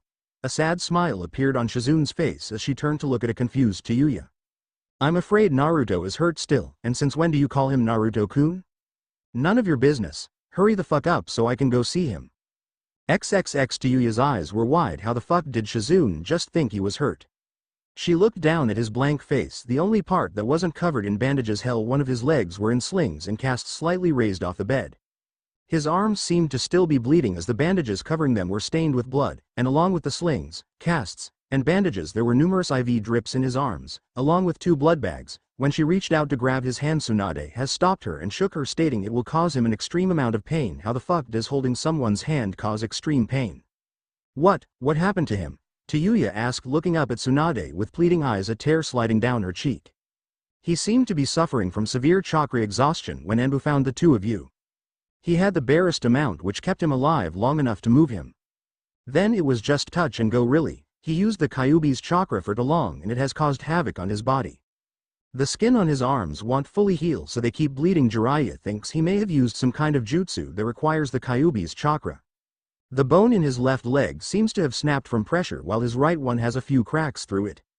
A few of his organs were failing when we got him in here. His heart stopped 4 times while we tried to repair what damage we could. His body seems to be rejecting most of our chakra. And his ribs had collapsed onto his lungs, but we've since fixed that so he can breathe normally. The rest of his body seems to be one massive bruise while all his muscles are incredibly strained, close to tearing. We're surprised he's alive. It's a miracle his body didn't tear itself in two. Tayuya looked up at her, more tears welling in her eyes. Tayuya, I believe I should tell you he woke up once before we gave him some sedatives and he was calling out for you. And pleaded with us to let him see you. Tayuya turned to stare at him in disbelief. How was any of that even possible? Severe chakra exhaustion, collapsed ribs, organs failing, his heart stopping, and his body was lucky to not have tore in two. Tears ran down her cheeks as she thought about it. Why isn't it healing him like normal, she whispered, resisting the urge to hug him, trying to hold back from breaking down altogether and crying more. Honestly, we don't know. There has been no sign that the fox is healing him. We believe it has something to do with mark that seems to have replaced your curse mark. Tayuya looked at her, confusion evident on her features as she took a mirror that Tsunade offered her, sitting on Naruto's bed, careful not to disturb him, and positioned the mirror to see her exposed shoulder, where an angry fox seemed to be snarling directly at her as she looked at it shocked. She sat in silence, gently poking and prodding the mark, not believing it was there, wondering what had happened to the curse mark, eyes wide, fearing this new mark was something more sinister than her previous one. But something made her feel as if it had made her stronger and better. Unlike how the curse mark had been slowly poisoning her chakra system, she felt as if her chakra had been cleansed of impurities, feeling as if her reserves had increased as well. It's not causing you any discomfort or pain like the curse mark did? Tsunade asked. No, if anything I feel 10 times better. Tayuya looked up at Tsunade, a small smile on her face, her tears starting to taper off. A puzzled look crossed her face as she noticed Shizune wasn't in the room any longer. Where'd Shizune go? To go drop off my paperwork in my office probably, Tsunade said with a cringe. Curse you. Tayuya jumped slightly, muscles tensing, when a shadow dropped behind Tsunade, who didn't even seem to notice the now crouching figure. Hokage-sama, the council wishes to speak to you. Tayuya let out a sigh of relief, her muscles relaxing. She was a bit paranoid since waking up. I'm too old to listen to them complain about what has happened, Tsunade sighed, rubbing her temple, eyes closed as she let out a deep calming breath, her eyes opening, locking onto Tayuya. Tayuya, I want you to come with me. What? I can't go with you. Tayuya, your presence will not change his condition, and I may need you to speak to the council to defend him, Tsunade said sternly. But Tayuya flinched slightly at Tsunade's commanding tone before giving one last look at Naruto, another tear sliding down her cheek before she wiped her hand across her eyes, grabbing her crutches and standing up. Tell the council I'll be there shortly. Yes, Hokage-sama, the Anbu nodding before disappearing into the shadows. He'll be okay, won't he? Tayuya whispered as she limped slightly, not quite used to walking without any support yet, as she followed Tsunade out of the room. Tsunade glanced sadly at Tayuya from the corner of her eye, sighing as she dropped her head. To be honest, I'm not sure how he's alive now. So there's a chance he could die? Tayuya whispered again, tears threatening to fall. I'm afraid there is. It's a waiting game at this point. His body rejects any chakra now that tries to help heal. It seems to cause him more pain. It's what caused his heart to stop the last time. The clacking of Tayuya's crutches echoed off the walls as they became quiet, one thinking of how much yelling she would have to listen to while the other couldn't stop thinking about Naruto. XXX Tsunade, I demand the demon be killed for attacking Sasuke. He must survive so he can restore the Uchihas. The civilian councilman's words were met with a chorus of agreement from the other civilian council members, while their ninja's counterpart muttered among themselves. The demon should be arrested on the grounds of treason and be publicly executed. A different civilian council member said this time, which was met with another chorus of agreement, while the ninjas started to mutter among themselves again. Tsunade glared at the two civilians council members and knew Tayuya would most likely had killed them both if she hadn't forbid the girl from doing anything unless told to. Her gaze switched to the ninja said as she saw them quietly muttering among themselves, overhearing Inoichi say, I thought Sasuke had attacked Naruto and that red-headed girl? Getting a nod of agreement of Choza, this caused her to smile slightly. At least they weren't out for Naruto's blood. She knew the civilian council knew exactly what had transpired and were just twisting facts. I believe that is a false charge against Naruto, and I would ask you call him by his name in this meeting. A lot of people's mouths hang slack-jawed as they all looked at Hiyashi Hyuga, who had spoken up. A silence following his statement, the only person who wasn't slack-jawed being Tayuya, who continued to glare at the civilian side of the room by Tsunade's side. The silence was broken as Shikiaku, I agree with Hiyashi. The report states Sasuke ditched his Chunin escort and shortly after was tracked down to training field 76. Sounds of a battle could be heard. When the Chunin arrived, the chakra of the Kyuubi appeared, which resulted in the arrival of a squad of Anbu and Kakashi Hitaki. There is no proof the demon didn't attack the Uchiha. I agree with my associate, there is no proof the demon did not start the fight, and my daughter is still missing. What if the demon has killed her with the help of his pet? A pink-haired woman said angrily, slamming her hands against the old oak table they were seated at. I demand the girl to be imprisoned. She continued, directing a glare towards Tayuya before flinching as killing intent flooded the room, all the civilian council members getting a nervous look on their faces, while the seated shinobi and Kunoichi barely seemed fazed by it, one of them even yawning. Tsunade lowered her killing intent as she looked at the women sitting on her right. I will do no such thing. This girl, as you call her, is under my protection until this matter is resolved. Naruto will not be harmed or arrested as he is in a coma. It would appear from the damage his body has taken. He is also under my protection and will have a squad of my trusted Anbu watching over him at all times. As for Sasuke, he is at this moment sitting in a cell in Anbu headquarters on the grounds of treason, kidnapping and purposely breaking the seal placed on his curse mark. The cold tone of her voice scared a few of the members in the room, not daring to speak against the Hokage. Well, most of them. I demand Sasuke be released at once. Both Tsunade and Tayuya turned their glares on Homura, who didn't sure that it fazed him in the least. Your demands will not be met unless you can prove the grounds of his arrest are false. Tsunade in her cold tone. Tsunade, if I ma be quiet. Danzo, neither Naruto nor Sasuke will be placed under your teaching. If Danzo was angered from Tsunade's, he hid it well. I was actually going to ask, why is that girl here? Tayuya is here in case I require Ya to say what happened. But wasn't she found unconscious next to Naruto?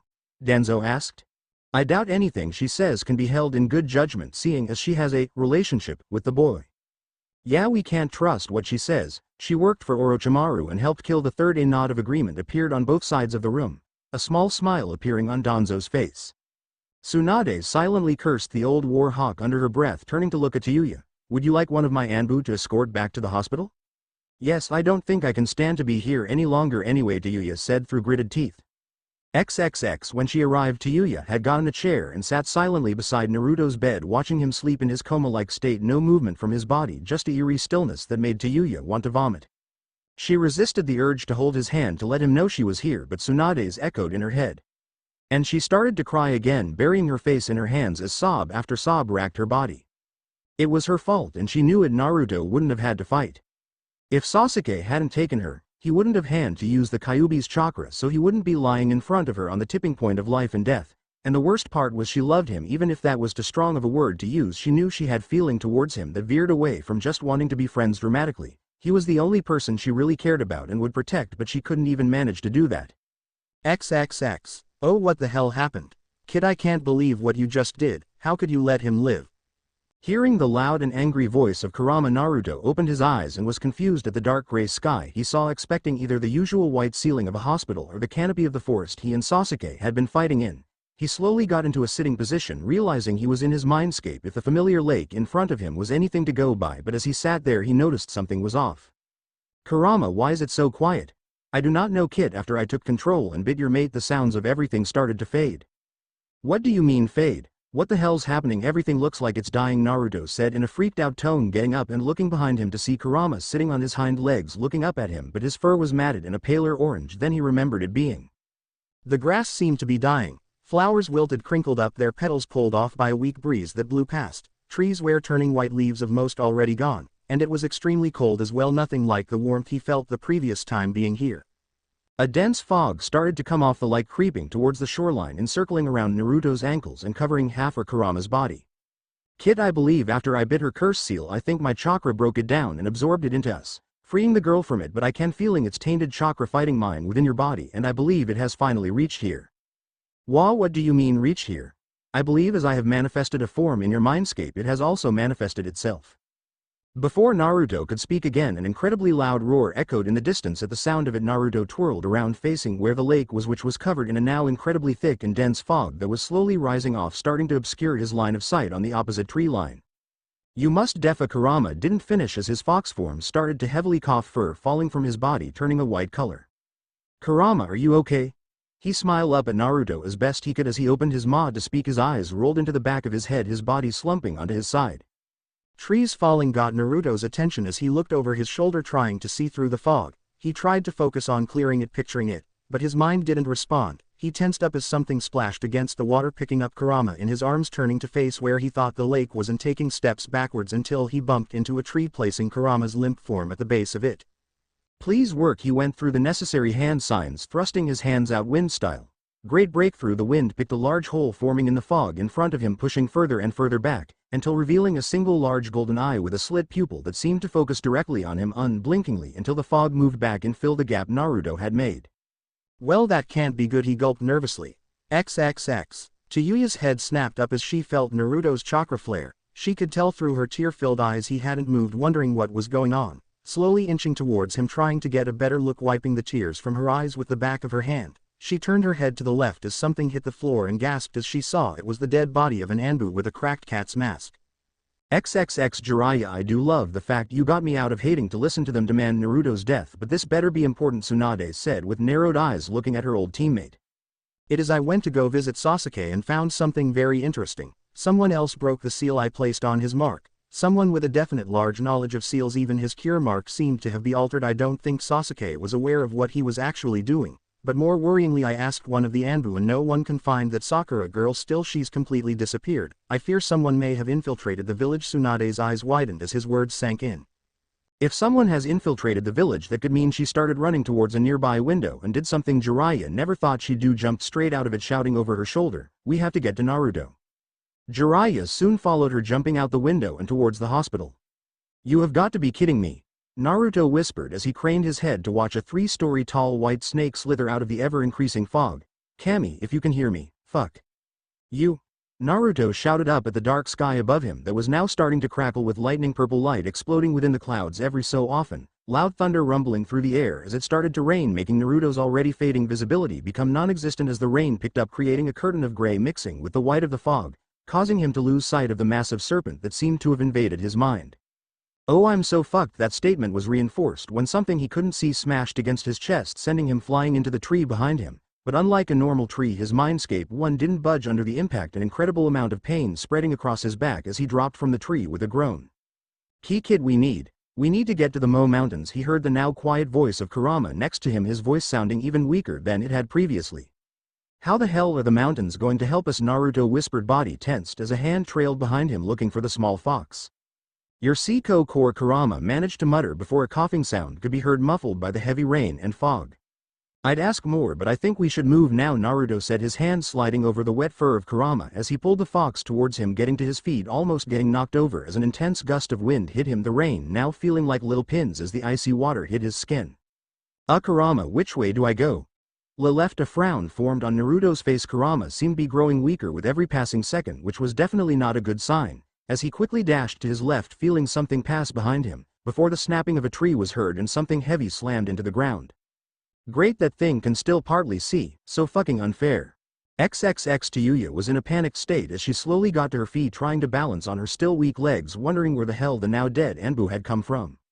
He seemed to have just materialized magically out of thin air. Silence filled the room as she turned in a circle looking for whoever had killed the Anbu, knowing she had no hope against someone like that. And her eyes widened in shock as she saw someone standing by the now open window of the hospital room. Her eyes squinted, trying to make out the shape against the glare of sunlight that surrounded the silhouette, and gulped as light glinted off something metal. "Oh, why is pretty girl by herself?" A childish tone was heard from the silhouette near the window, followed by a snicker. "I haven't seen a girl as pretty as yourself in so long." Another snicker as the childish-sounding figure started to walk towards her. Why she had left the lights off in the room was beyond her, and the glare of sunlight through the window was making it impossible to tell who this person was. "I do wish that those Anbu had been a challenge. They weren't very good at playing hide and seek, and that one wanted to play chase." Who are you?" Tayuya was scared of this stranger talking like killing 3 Anbu were games. "Oh me, I'm just little old Reaper. It's been so long since I've been let out to play. Master keeps me in my room most of the time, but Reaper knows Master loves him." Tayuya was getting increasingly freaked out as this guy talked. The name Reaper was enough to set her on edge. Names were like that were usual given to someone who had earned that title. Killing that village of funny seal masters was so fun. They even killed little old Reaper 5 times during it. Master was so pleased when I had finished them all off. He let me play a little longer as a reward. Reaper let out another snicker as he continued a slow walk towards Tayuya and Naruto. "But Master told me I missed one and they had a baby." Reaper was sad that he had failed Master, but Master is going to let me make it right. Tayuya's eyes widened when a ceiling array lit up Reaper's arm, letting her get a view of him. He looked no older than 16, with orange hair that was tied up behind his head in a long ponytail. Bright pupil-less orange eyes, his face having a slightly boyish look to it, still a small smile on his lips. Yet he had a firm jawline and a crooked nose, evidence of a break that wasn't set right, and adorning his head was a headband with the kanji from death in red writing across the metal plate. He wore a simple blue tank top that only reached halfway down his stomach, showing his midriff muscles covered his arms and his toned abs, which were rippled, showing he trained a lot. He also wore a pair of baggy blue pants that reached his ankles where they tucked into a pair of closed-off black combat boots, his pants being held up by a simple white rope tied around his waist. As the complex ceiling array reached his hand, a large amount of black chakra suddenly flared up around him, blocking him from view. "What the fucking hell is that? How does chakra like that even exist?" As the black chakra faded, it revealed Reaper to now have a 2-meter in length scythe in his right hand, standing taller than him, gripped in his right hand. But the interesting thing about the scythe was it seemed to be made of bones. A creature's spinal cord was the pole of the weapon, a skull adorning the top, if it 2 horns protruding from its elongated skull, and what had to be an ancient creature's serrated tooth, which was 1 meter in length, curving into a sharp point coming out of the skull. It all seemed to be well polished and bleached, the bones gleaming slightly. "This is Reaper's special weapon. It took Reaper 100 years to finally complete it," he said it in such a proud tone, a wide grin stretching across his face as Tayuya just stared at him like he was a crazy person, which so far didn't seem to be wrong. "Oh, for fuck's sakes, can we just kill the little bitch already? Now be calm, we should only kill her if she gets in the way of our mission. I hate having to kill girls, especially children." Tayuya was confused as hell as Reaper had a conversation with himself, his facial features and voice becoming angry, then calm, and finally sad and depressed. Just what kind of whack job was this guy? "Reaper will only kill pretty girl if pretty girl gets in way," he said back to his childish tone of voice as another smile appeared on his face. Raising his scythe above his head in a 2-handed grip, the tip of the blade scraping along the ceiling, Tayuya's eyes had a panicked look in them, realizing he was going to strike Naruto with the weapon. He brought it down faster than she thought was possible for his stature. She didn't hesitate, acting on instinct, flinging herself across Naruto's body, covering his with her own. Tsunade's words of contact causing forgotten. Her eyes closed, waiting for the feeling off the scythe ripping into her skin and the pain it would cause, but instead felt something swell up inside her before expelling from her body with explosive force. The air visible rippled as a wave of energy slammed into Reaper, flinging his scythe into a wall where it became embedded while he got launched backward, slamming with into the wall next to the window, spider web cracks shooting out from where his body connected, a chunk of the wall falling off. Neither Tayuya nor Reaper noticed her fox mark, with only one of its tails light up when it happened. "Ow, pretty girl hurt Reaper. Why would pretty girl do that?" he mumbled as he slowly got to his feet, brushing dust from his clothes. "Pretty girl hurt Reaper. Little bitch must die." His features sharpened, a vicious smile forming on his face, his eyes narrowing and his eyebrows creasing in anger. "I'll teach you to hurt me, you little whore," he shouted as he rushed towards her, closing the distance in less than a second. Tayuya didn't have time to blink before she was launched back, slamming into the closed door of the room, which held for 2 seconds before it creaked under her and splintered into tiny pieces, blood flying from her mouth. "I don't know why I even bothered letting that black-haired kid even attempt to kill you and Blondie back there. I could have been on my way home by now if I had done it myself back at that training ground. Hell, you wouldn't have even noticed until you were impaled on my scythe," Reaper exclaimed angrily, walking through the door, planting his boot in Tayuya's gut, kicking her into the ceiling with a loud crack, her eyes wide with pain, more blood spraying from her mouth before she smacked down into the cold floor of the hospital and started coughing heavily. "Listening to the other me's always ends badly. I'm always ignored until we actually need to kill people ourselves." Another kick into Tayuya's gut, only enough power in it to cause pain and roll her onto her back. Her eyelids seemed heavy as she almost blacked from the pain of his first 2 hits. "I'm going to make this quick. I think I'll kill you then, the blonde, just because of what you did before. I don't know what the fuck it was, but killing you before you do it again seems like the right thing. I'll be right back." He turned around, walking through the doorway, now covered in splinters of wood, before returning with his scythe in hand. "See you in hell, you bitch," he shouted. Hold the scythe so the butt of the spinal cord was facing the ceiling above her, bringing it down in a guillotine style, but was stopped as a heeled sandal slammed into his face, spit flying from his mouth and blood exploding from his nose in a spray as he was pushed back with a slightly stunned expression on his face. "Good shot. Not what I had in mind, but it got the job done," Jiraiya exclaimed, striking a pose next to Tsunade further down the hall from Tayuya. "Shut up, Jiraiya, not a time for joking." Tsunade glared at her teammate. "Says the woman who threw her sandal at the enemy." Jiraiya's sweat dropped as she took off her other heeled sandal and smacked him over the back of the head with it, before throwing it at Reaper, where it slammed into his crotch, causing him to keel over onto his side with a groan and extremely pained expression on his face. "I think that old bitch crushed one of my nuts, perv, old hag." Tayuya groaned out, her vision blurred from pain. "Geez, we come to the rescue and she insults us. Now I remember why I hate kids," Jiraiya said in a deflated tone, while Tsunade quickly rushed to Tayuya, picking her up, stepping over the now groaning Reaper and depositing her on Naruto's bed, said blonde, still in a coma-like state. "Stay here, me and Jiraiya will handle him," Tsunade said in a calm tone, leaving the room before Tayuya could warn her about what Reaper had said. XXX. Kurama, I've been running for ages. How long will this take? We're lucky that snake can't track us in this rain." Naruto shouted, but it was barely audible as the rain he spoke of poured around him, the wind making it whip him in the face, stinging lightly as he was almost knocked over by it for the 5th time. He had been running for what felt like hours. He saw Kurama open his muzzle but couldn't hear what he said over the rain as it continued to pelt down on them. He needed to find somewhere to rest and fast. He looked around. They had long since passed through the dead forest and were now in an area that Naruto believed may have been a large plain but was now hard compact soil, no sign of life in any direction. Come on, think I built this place, where would I put a cave? His immediate thought was back in the now dead forest, but he discarded that as he thought where his subconscious mind would place a cave. It had become clear that he had directly created the forest, lake, mountains, and sky, but everything else in his mindscape seemed to have been filled in by his subconscious. Naruto's eyes slowly drifted towards the ground at his feet. Would I? He shrugged as he moved Kurama, so he was holding the fox in one hand as he focused on creating a Rasengan in his other. Rasengan!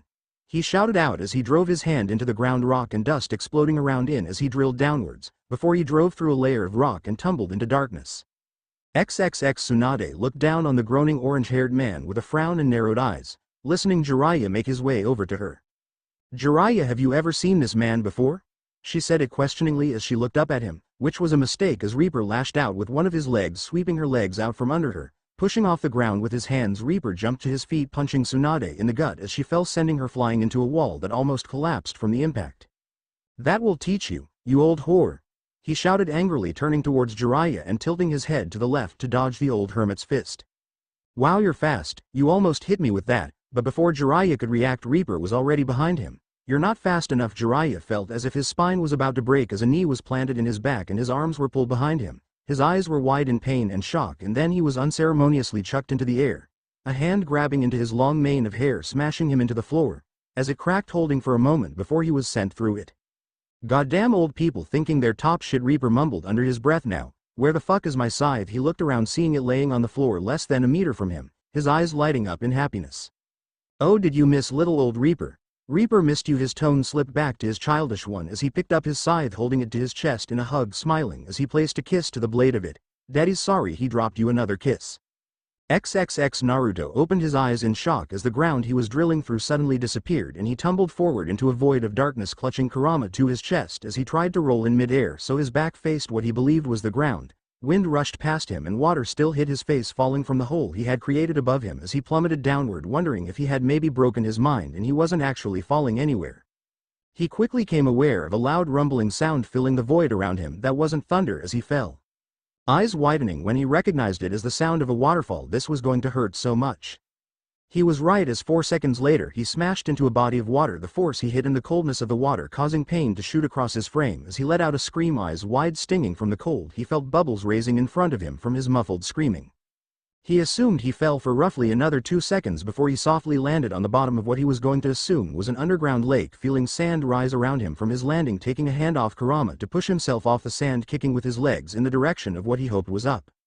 His guess was rewarded with his face breaking the surface of water, taking in a deep breath of air, raising Kurama up as well, hearing the fox's labored breathing. How he wished he knew some kind of fire jutsu to give some kind of light to break the darkness. He pumped chakra out of the soles of his feet, slowly rising to stand on the water, his wet hair clinging to the back of his neck. God, I wish I was dry. With that thought, Naruto felt the water get drained from his clothes and hair, leaving him dry. Fuck yeah, I have a small amount of control still. His voice echoed around him, repeating 5 times before it started to fade. Whoa, this place must be big, he said, ending with a whistle, the whistle and his words overlapping as they echoed around him as well. K-Kit, you have too. Focused chakra and into the water. Naruto frowned in the darkness but did as Kurama said and was surprised as the water started to emit a faint blue light that steadily grew stronger, illuminating Naruto's surroundings. The darkness receding, Naruto looked around him. The water seemed to stretch roughly 200 meters in each direction. Each direction stopped at a wall that rose into the darkness, the blue light from the water not strong enough to illuminate the top of the cavern. He scanned the walls until he spotted a gap like fissure in one. Kurama, where the hell are we? This your chakra pool? Seriously, this place is massive. How can I have this much chakra? Remember K-Kid, you have me contributing to it as well. Kurama started to cough heavily again in Naruto's arms, his little fox form shaking as each cough left him, until with a final one blood sprayed from his mouth, covering Naruto's shirt and face in the red liquid. Kurama, what's happening to you? Naruto said in a frantic voice as he held the white fox in front of him, noticing more of his fur had fallen out, his ruby red eyes half open, looking dull and lifeless. It would seem I'm die. He was interrupted as his body started convulsing as more coughs racked his body, a trickle of blood leaving the corner of his muzzle. Kurama, just rest for now, I'll look around, Naruto said in a soothing tone, holding Kurama to his chest as he turned to his left. The gap in the wall seemed like a good place to start looking. As he walked, the silence around him started to get unnerving, only broken by the rain falling from the hole in the roof of the cavern.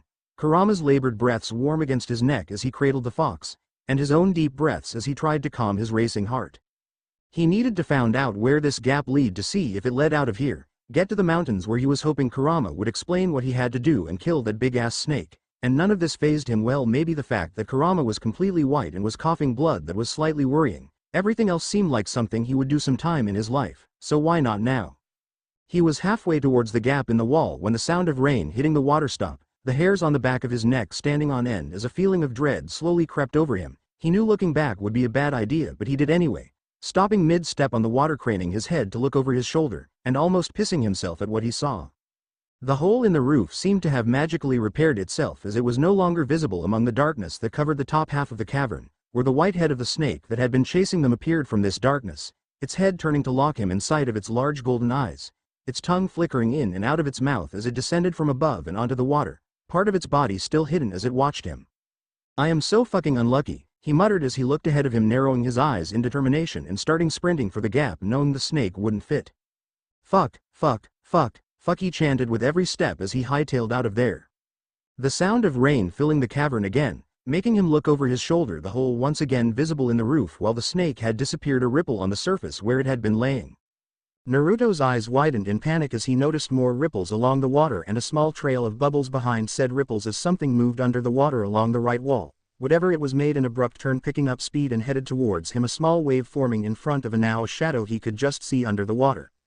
Fuck fuck fuck fuck fuck fuck fuck, his chant picked up speed, seeming to form into one long word, as he pumped chakra into his legs, picking up speed and closing the distance between him and the gap in the wall, which he could now see was actually a path, which had a line with the same blue glow of the water on it. The sound of water dripping right behind him made him sprint faster as he resisted the urge to look behind him again. "I can make it, just think happy thoughts," he tried to, but stopped dead in his tracks as warm air blew past him smelling of death. With an emotionless face, Naruto looked behind him and found himself level with two nostrils and mouth both incredibly large. He looked up to see familiar large golden eyes. "SS's Sir Peace." Naruto's jaw hang slacked as the words left the snake's maw, its eyes blinking at him as its tongue lashed out in front of his expressionless face, repeatedly stopping an inch from it each time. Naruto blinked once as he stared into its eyes, and it stared straight back. A staring contest seemed to start between the two as cerulean blue looked into gold, and it was broken when Naruto let out a scream of hysteria and smashed a chakra-infused fist into the snake's nose, launching it back with a startled blink as it flew across the cavern, connecting with the far wall with a loud thud, the wall cracking as the snake became embedded in it with a startled look in its eyes. Naruto continued to scream as he turned around, resuming his sprint, not slowing down as he reached the gap and stepped onto the path that led to Kami knows where. XXX Tsunade slowly got to her feet, a hand placed on the wall she had been punched into, to help keep her balance as she used her other one covered in green chakra to heal the ribs broken from the blow. "Kami, he's fast and he hits like a battering ram," she thought with a wince, the feeling of the punch still fresh in her mind as she listened to the light click of her ribs slotting themselves back into place. She looked at the orange-haired man, seeing him holding his scythe of bones, kissing it lovingly. He was so serious before, and now he's acting like a child. Her eyes narrowed sharply as she observed his antics, wondering where Jiraiya had gone, realizing there was now a hole in the floor. He got Jiraiya too. This was worrying. He had just taken down two S-rank ninjas who were also two of the legendary Sannin. Not good at all. "Oi! What the hell, I thought we agreed I get to be in control when we're fighting," Reaper shouted as his body became tense as he stopped kissing his scythe, swinging it angrily to his side, taking a large chunk of the hospital wall out. But Reaper just wanted to make sure Scythe was okay. He took on his childish voice again, sounding look he was about to cry. "I don't give two flying fucks. I get to be in control. You don't see the other two taking over." But Reaper just wanted to know, but shut the fuck up and fuck off. Reaper turned around after his voice became its more serious and angry counterpart. "Oh fucking hell, you survived my goddamn punch. Just fucking great, more fucking work for me." He pointed his scythe at Tsunade as he started to rant. This was supposed to be easy, but of fucking course not. The other me's just had to let that duck-assed faggot try and kill that dumbass blonde and his whore, when I could have just fucking executed both of them. Reaper let out a forced laugh that was sounding borderline crazy. "I'd ask you not refer to them like that," Tsunade said in a cold tone, her eyes hardening as she stood to her full height glaring at the man. "Right, and I'd give two fucks what you think, because I am Tsunade of the Sannin and Hokage of the Konoha village hidden in the leaves, and I will not tolerate you speaking about my ninja like that." "Oh, you're that Granny Mizuroshi-sama talked about. Reaper trailed off as his gaze lowered to her large bust, completely forgetting what he was doing. Anger flaring up in Tsunade as he openly ogled her and called her Granny. He was in for it now. Jiraiya! Tsunade shouted, stomping the ground in an angry manner, cracking her knuckles loudly. You better still be alive, you old hermit, because I'll need your help to teach this brat a lesson. Reaper's gaze didn't waver, as his eyes remained glued to her large bust, not noticing the guard-covered hand reach from the hole in front of him, getting a grip on the edge of it. Jiraiya's head popping up as he looked at her, pulling himself up back onto the second floor of the hospital. Yeah, I'm alive still. I underestimated this brat's speed. He's fast for someone his age. Reaper came back to reality as Jiraiya blocked his view of Tsunade's chest as the old hermit stood up in front of him. His focus coming back to him, he looked at the two people that now stood in front of him, blocking his way to the blonde's room. He held a questioning gaze on them, wondering if they knew how old he really was, if they'd freak out, and if they were seriously going to try and fight him. Maybe this wouldn't be as boring as he thought. He could kill these two, then that bitchy redhead and the blonde, then maybe go see if he could find a local brothel. Yeah, that seemed like a nice idea. Okay, old-timers, let's see if you can keep up, Reaper said with a grin, forming hand signs with his free hand, not holding his scythe, amazing Jiraiya and Tsunade at the speed he made them, as it was quite difficult to do hand signs one-handed, especially since he had just done 60 or so of them in less than 10 seconds. Try and beat this, he shouted, finishing his hand signs, gripping his scythe in two hands before thrusting it towards the two Sannin, screaming Skull Jutsu, thanks.